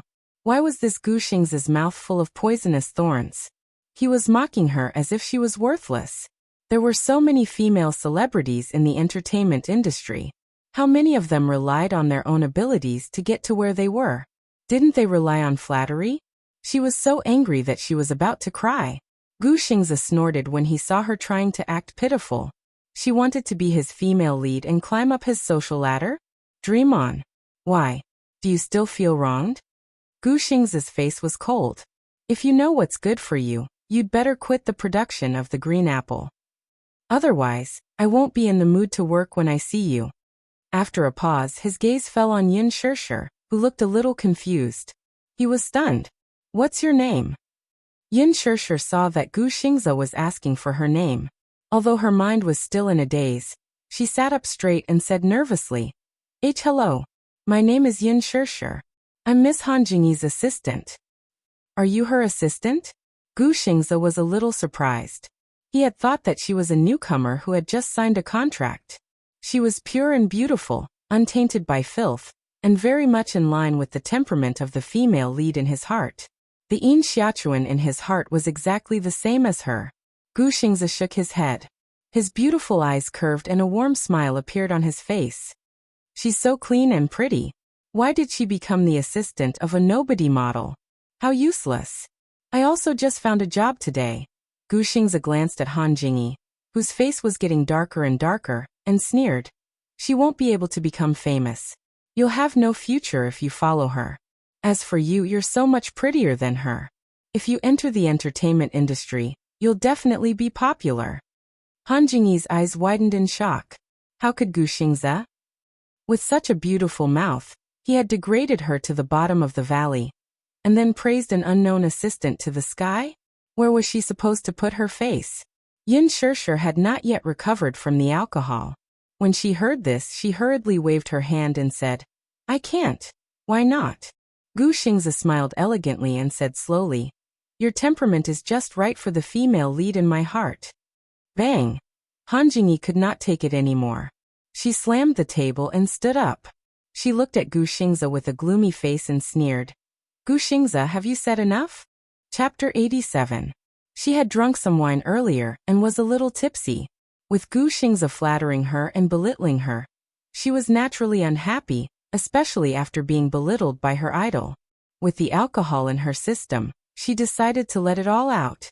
Isn't she just a new little assistant? How can she be compared to me? Han Jingyi was angry. Every girl had a dream, and her dream was Gu Xingzi. When Gu Xingzi debuted, he had always been her idol because of his handsome image and superb acting skills. She had always seen Gu Xingzi as her beacon of hope. Hence, when she turned 18, her dream became even more passionate. She swore to herself that she would enter the entertainment industry and become a celebrity. That way, she would have more chances to see Gu Xingzi. Hence, she hardened her heart and took her parents' savings to travel around Korea. So what if she was not born well? Nowadays, the plastic surgery industry was booming. She could get double eyelids, a delicate nose and a good figure. She signed with a modeling agency and easily entered the entertainment industry. For the sake of Gu Xingzi, she almost went crazy and did everything she could. Even though she did not have the talent for acting, she used some underhanded methods to gain some fame. She was getting closer and closer to her dream. Gu Xingzi, on the other hand, destroyed this hope of hers. How could this little assistant, who came out of nowhere, compare to her? "You are Yin Shirshir, right? You don't have to come to work tomorrow. You're fired." Han Jingyi lashed out at Yin Shirshir in exasperation, venting all her anger on the latter. Yin Shirshir was stunned. She felt that she had been unjustly implicated. Gu Xingzi smiled and said, "Coincidentally, I am lacking an assistant. Shirshir, are you willing to be my assistant?" Before he finished speaking, everyone at the table was in a mess. Who was Gu Xingzi? He was a superstar in the entertainment industry. He was arrogant and had a net worth of hundreds of millions. His popularity was at its peak. The line of people who wanted to be his assistant stretched from here to Hollywood. Many people were racking their brains just to be one step closer to their idol. Now he was asking an unknown girl if she was willing to be his assistant? This world was simply too fantastical. Yin Shirshir was also stunned. "Are you not willing? I will pay you a high salary. Also, I am very gentle with my subordinates. I am much easier to serve than this woman." Yin Shirshir heard this and said, "I am willing." Gu Xingzi heard this and his eyes filled with gentleness. "Then you can come to my studio to officially report tomorrow." As he said this, he stood up gracefully and said to Yan Liangxiong, who was already stunned, "It is getting late. President Yan, I will not keep you company." Everyone was stunned. Gu Xingzi pushed the door open and was about to leave. When he turned around, he saw Yin Shirshir still sitting there in a daze. He said helplessly, "My little assistant, it is so late. Shall I take you home?" Oh. Yin Shirshir was a little dizzy. Superstar Gu wanted to take her home? Would his fans throw darts at her and spit at her? Yin Shirshir stood up obediently and left with Gu Xingzi. Yan Liangxiong came back to his senses and spat angrily. He was naturally unhappy to see the beauty in his mouth being snatched away from him. Chapter 88. There was someone who was even more unhappy than her. Han Jingyi said, "Humph, how am I not as good as this B*TCH? I think she must be the reincarnation of a vixen, born to seduce men. Humph, forget it, Han Jingyi. You should think of a way out." Yin Liangxiong sneered. After Gu Xingzi's words, he couldn't help but think that this woman in front of him was just an ordinary woman. Compared to Yin Shirshir, she was nothing. She was like a wildflower by the roadside. He didn't like her. "What do you mean?" Han Jingyi was confused. "You're still a newbie in Huanyu. How dare you go against Gu Xingzi?" So what? Han Jingyi had already given up on Gu Xingzi. Being mocked by her idol was like being stabbed in the heart. I think you don't know the immensity of heaven and earth. Don't you know? Gu Xingze holds 20% of Huanyu Entertainment shares. He's one of the company's major shareholders. Even I have to act according to his wishes. Who do you think you are?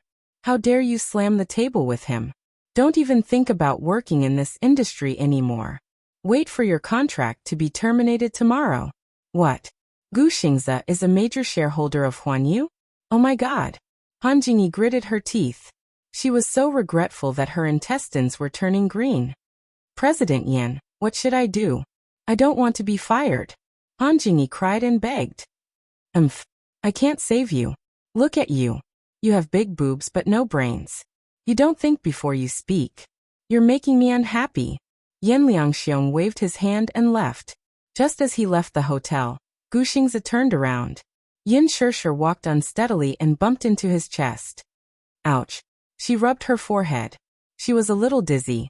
Gu Xingze pinched Yin Shishir's nose and said helplessly, "Silly girl, why don't you thank me for saving you from the tiger's den?" What do you mean? Yin Shishir was still a little confused. Naturally, she didn't understand the meaning of her words. You're not in the industry, so you don't know what kind of person Yin Liangxiong is. He leaned over and looked into her eyes. His breath smelled like orchids. He likes girls like you. You're so pure, innocent, and tender. If you didn't come out with me just now, you would have been eaten alive by him. Are you scared? Gu Xingze saw that she was in a daze. He couldn't help but love this girl who was as pure as a little white rabbit. He rubbed her head affectionately. This industry is like this. Materialistic people like you will be eaten alive sooner or later. Yin Shishir was still a little shaken. She said gratefully, "Thank you. If it weren't for you, I'm afraid I would have been in deep trouble today." If it weren't for him, she really didn't know how to face Yin Liangxiong, who wanted to eat her alive. Let's go home then. Gu Xingze patted her shoulder. What time should I report for work tomorrow then? She asked with a smile as she trailed behind him. You really want to be my assistant? Gu Xingze didn't know whether to laugh or cry. It's very hard to be my assistant. Not only do you have to do public relations for me, but you also have to deal with paparazzi. What's worse is that you have to face situations like today. Can you handle it? Yin Shishir suddenly realized that being an assistant wasn't an easy task. Then you asked me if I was willing to be your assistant. Chapter 89. I was helping you get out of trouble. Gu Xingze said matter-of-factly. You must be a very sensible girl, right? Gu Xingze looked at her and suddenly said, You must have suffered a lot just now, but I didn't see you shed a single tear. I'm used to it. Yin Shishir's shoulders shrunk a little when he touched the most vulnerable part of her heart. Gu Xingze leaned over slightly and smoothed her bangs. His lips curled into a gentle smile. But you're a girl. Why do you have to be so strong? A crying child will get sweets. Yin Shishir was a little stunned. Since she was young, she had been very sensible and strong. She was even overly stubborn. Even if she had suffered a lot, she had never said a word. She had endured it all by herself. But the more she endured, the more she had to bear. She pursed her lips and smiled at Gu Xingze. Thank you. I understand what you mean. Yes. You're a girl. You have to make good use of your advantages. Gu Xingze suddenly thought of something, and a smile flashed across his eyes. It's a pity that you're my assistant. But with your talent, it's a waste if you don't act. Huanyu is investing in a movie called The Green Apple. They're holding a nationwide audition for the female lead. Do you want to try? Yin Shishir's eyes flashed when she heard this. She couldn't help but struggle in her heart. This is the invitation. Tomorrow is the last audition. I'll be there. Gu Xingze handed her a small and exquisite letter. This letter was more exquisite than a normal invitation letter. It was inlaid with gold and had a piece of satin lace. It was a first-class invitation letter, and there was only one of it. Gu Xingze gave it to her. It went without saying that he valued and appreciated her. Outside the window it was raining. Gu Xingze's assistant rushed over. He was stunned when he saw a thin girl beside him. Xingze, this is... Oh. Gu Xingze didn't know how to introduce her. Yin Shishir was a little dizzy because of the wine, but she still forced herself to stay awake and smiled politely. Hello, my surname is Yin Shishir. Oh sure. That's a very nice name. The assistant smiled gently. The three of them chatted for a while before heading to the parking lot. The Bentley was parked by the roadside. After waiting for a long time, Yin Tianyu finally saw his mother's figure and wanted to get out of the car to meet her. Li Hanlin immediately stopped him.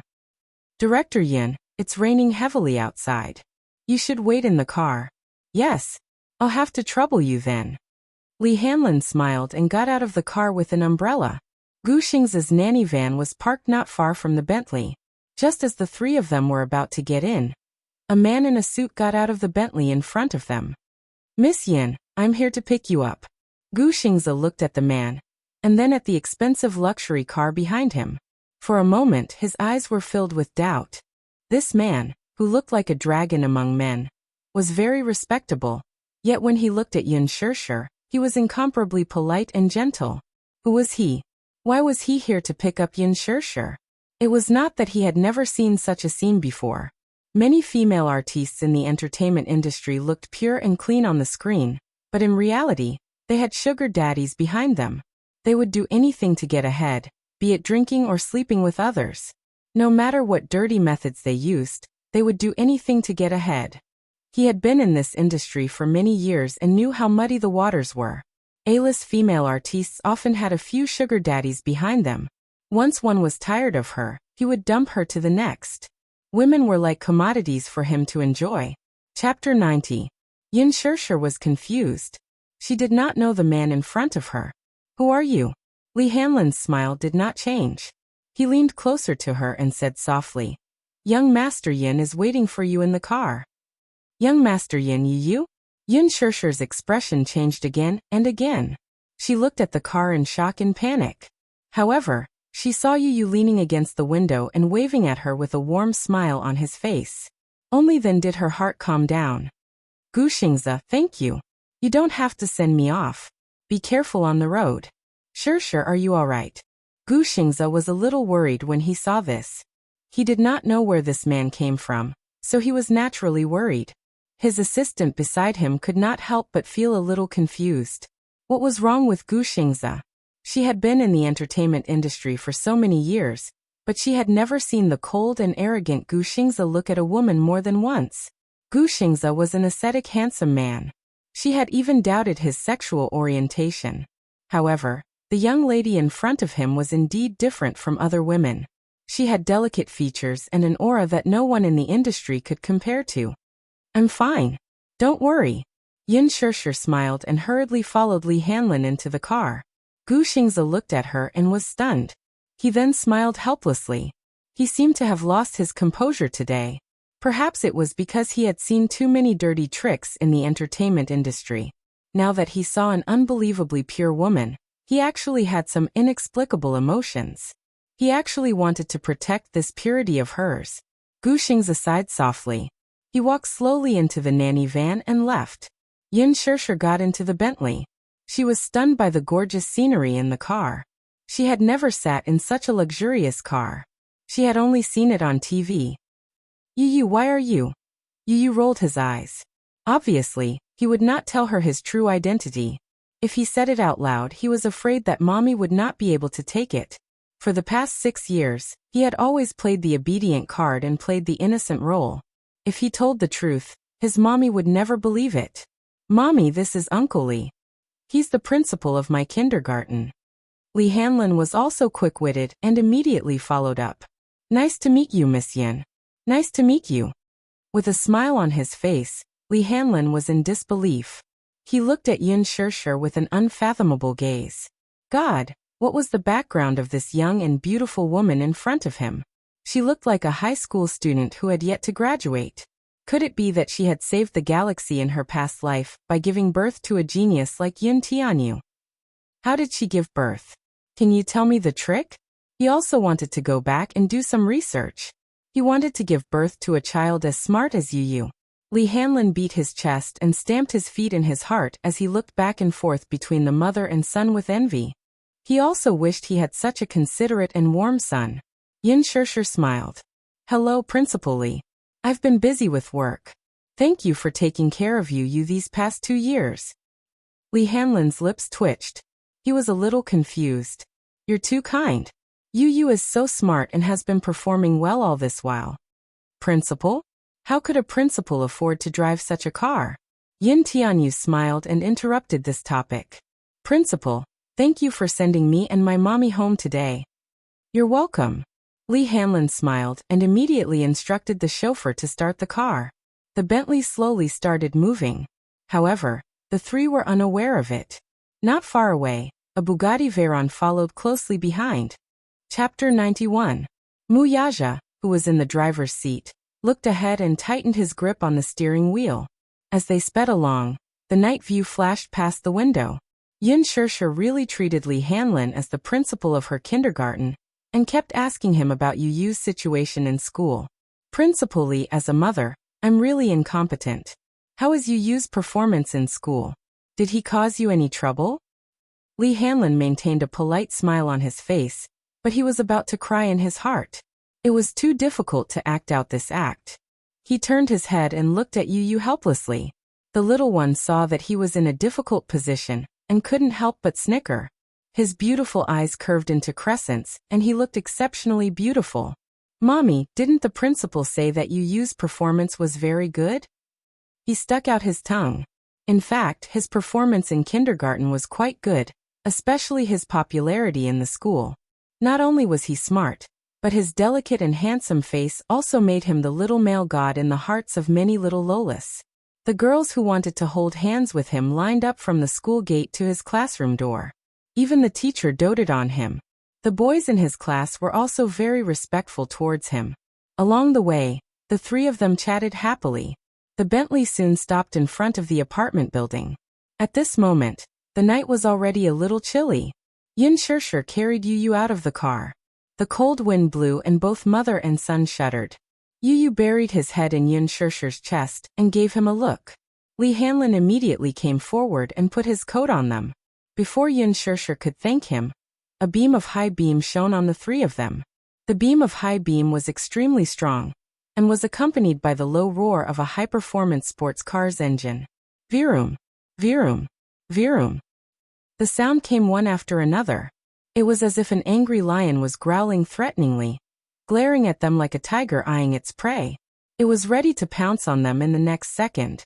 Yin Shirshir was a little frightened. She subconsciously pulled Yu into her arms and covered his eyes. The beam of light was so strong that she could not open her eyes. Li Hanlin also covered his face with his hand, and his face gradually became sullen. Damn it, this sports car's headlights must have been modified. They were so strong that they almost blinded people. Just as he was about to explode, the headlights went out. The roar of the sports car's engine also quieted down. Tranquility returned under the night sky. Yin Shirshir was in a trance for a while before her vision finally cleared up. She glared at him angrily. The sports car was parked quietly under a street lamp not far away. It was a silver Bugatti Veyron convertible sports car. With its streamlined lines, it was obvious that it was expensive. However, when she saw the cold-looking man in the driver's seat of the sports car, she felt as if she had fallen into an ice cellar. Muyaja sat in the driver's seat with a gloomy expression. A cigarette that was about to burn out was held between his fingers, and the sparks flickered. The ashes fell on the exquisite steering wheel, as if his eyes were covered with dust. He sat motionless, as handsome as a god. His handsome face, which looked as if it was carved by the gods, was extremely tense at this moment. Especially his deep eyes, which were like an abyss, could not wait to devour the soul of the woman in front of him. There was anger in his eyes, but even he couldn't understand why he was so angry. He, Muyaja, actually lost control because of a woman. Chapter 92. He didn't understand why he had lost control. He only knew that something in his heart had been ruthlessly torn apart. Now he couldn't suppress that anger at all. It was mixed with things that he refused to admit. Desire, jealousy, and unwillingness. He had originally chased after the Bentley.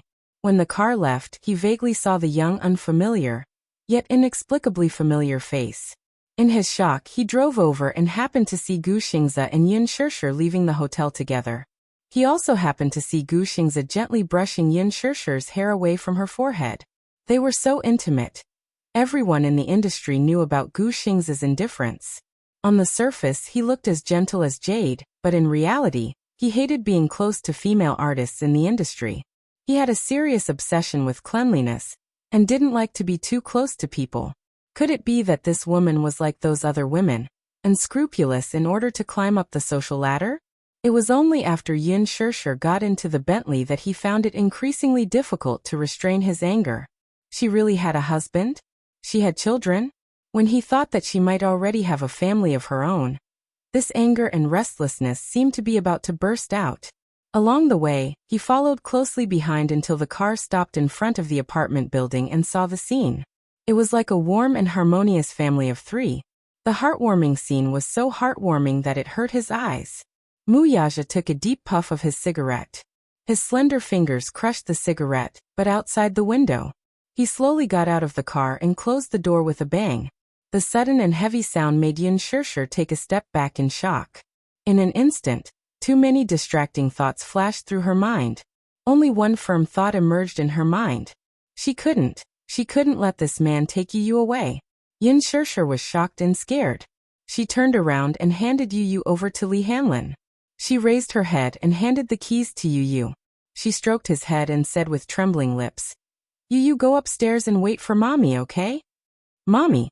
Yu looked at her with a complicated gaze. She was naturally worried. "Good boy, Mommy will come up to accompany Yu soon. Yu, go upstairs first." "Good boy." Yu could not help but clench his small hands into fists as he nodded obediently. Yes. Li Hanlin had a complicated look on his face as he carried Yu upstairs. Yin Shirshir's thin body shivered in the cold wind. She turned around with a pale face and met the man's cold eyes. Muyaja looked at her coldly. His eyes were probing and cold. They were as sharp as a sword. He stared at her as if he wanted to see through her frail body. Yin Shirshir felt uncomfortable under his gaze. It was as if he was going to pierce through her body. "You. What do you mean by this? Are you following me?" She questioned him, but he remained silent. He only raised his feet and moved closer to her. The aura on his body was too strong. As he approached, it was as if there were countless invisible sharp auras spreading out endlessly, surrounding her body. The man stood in front of her arrogantly. His intimidating height made her seem so weak. She was so weak that she was like a porcelain doll. It was as if he could crush her with a light pinch. "What are you doing?" She widened her eyes warily.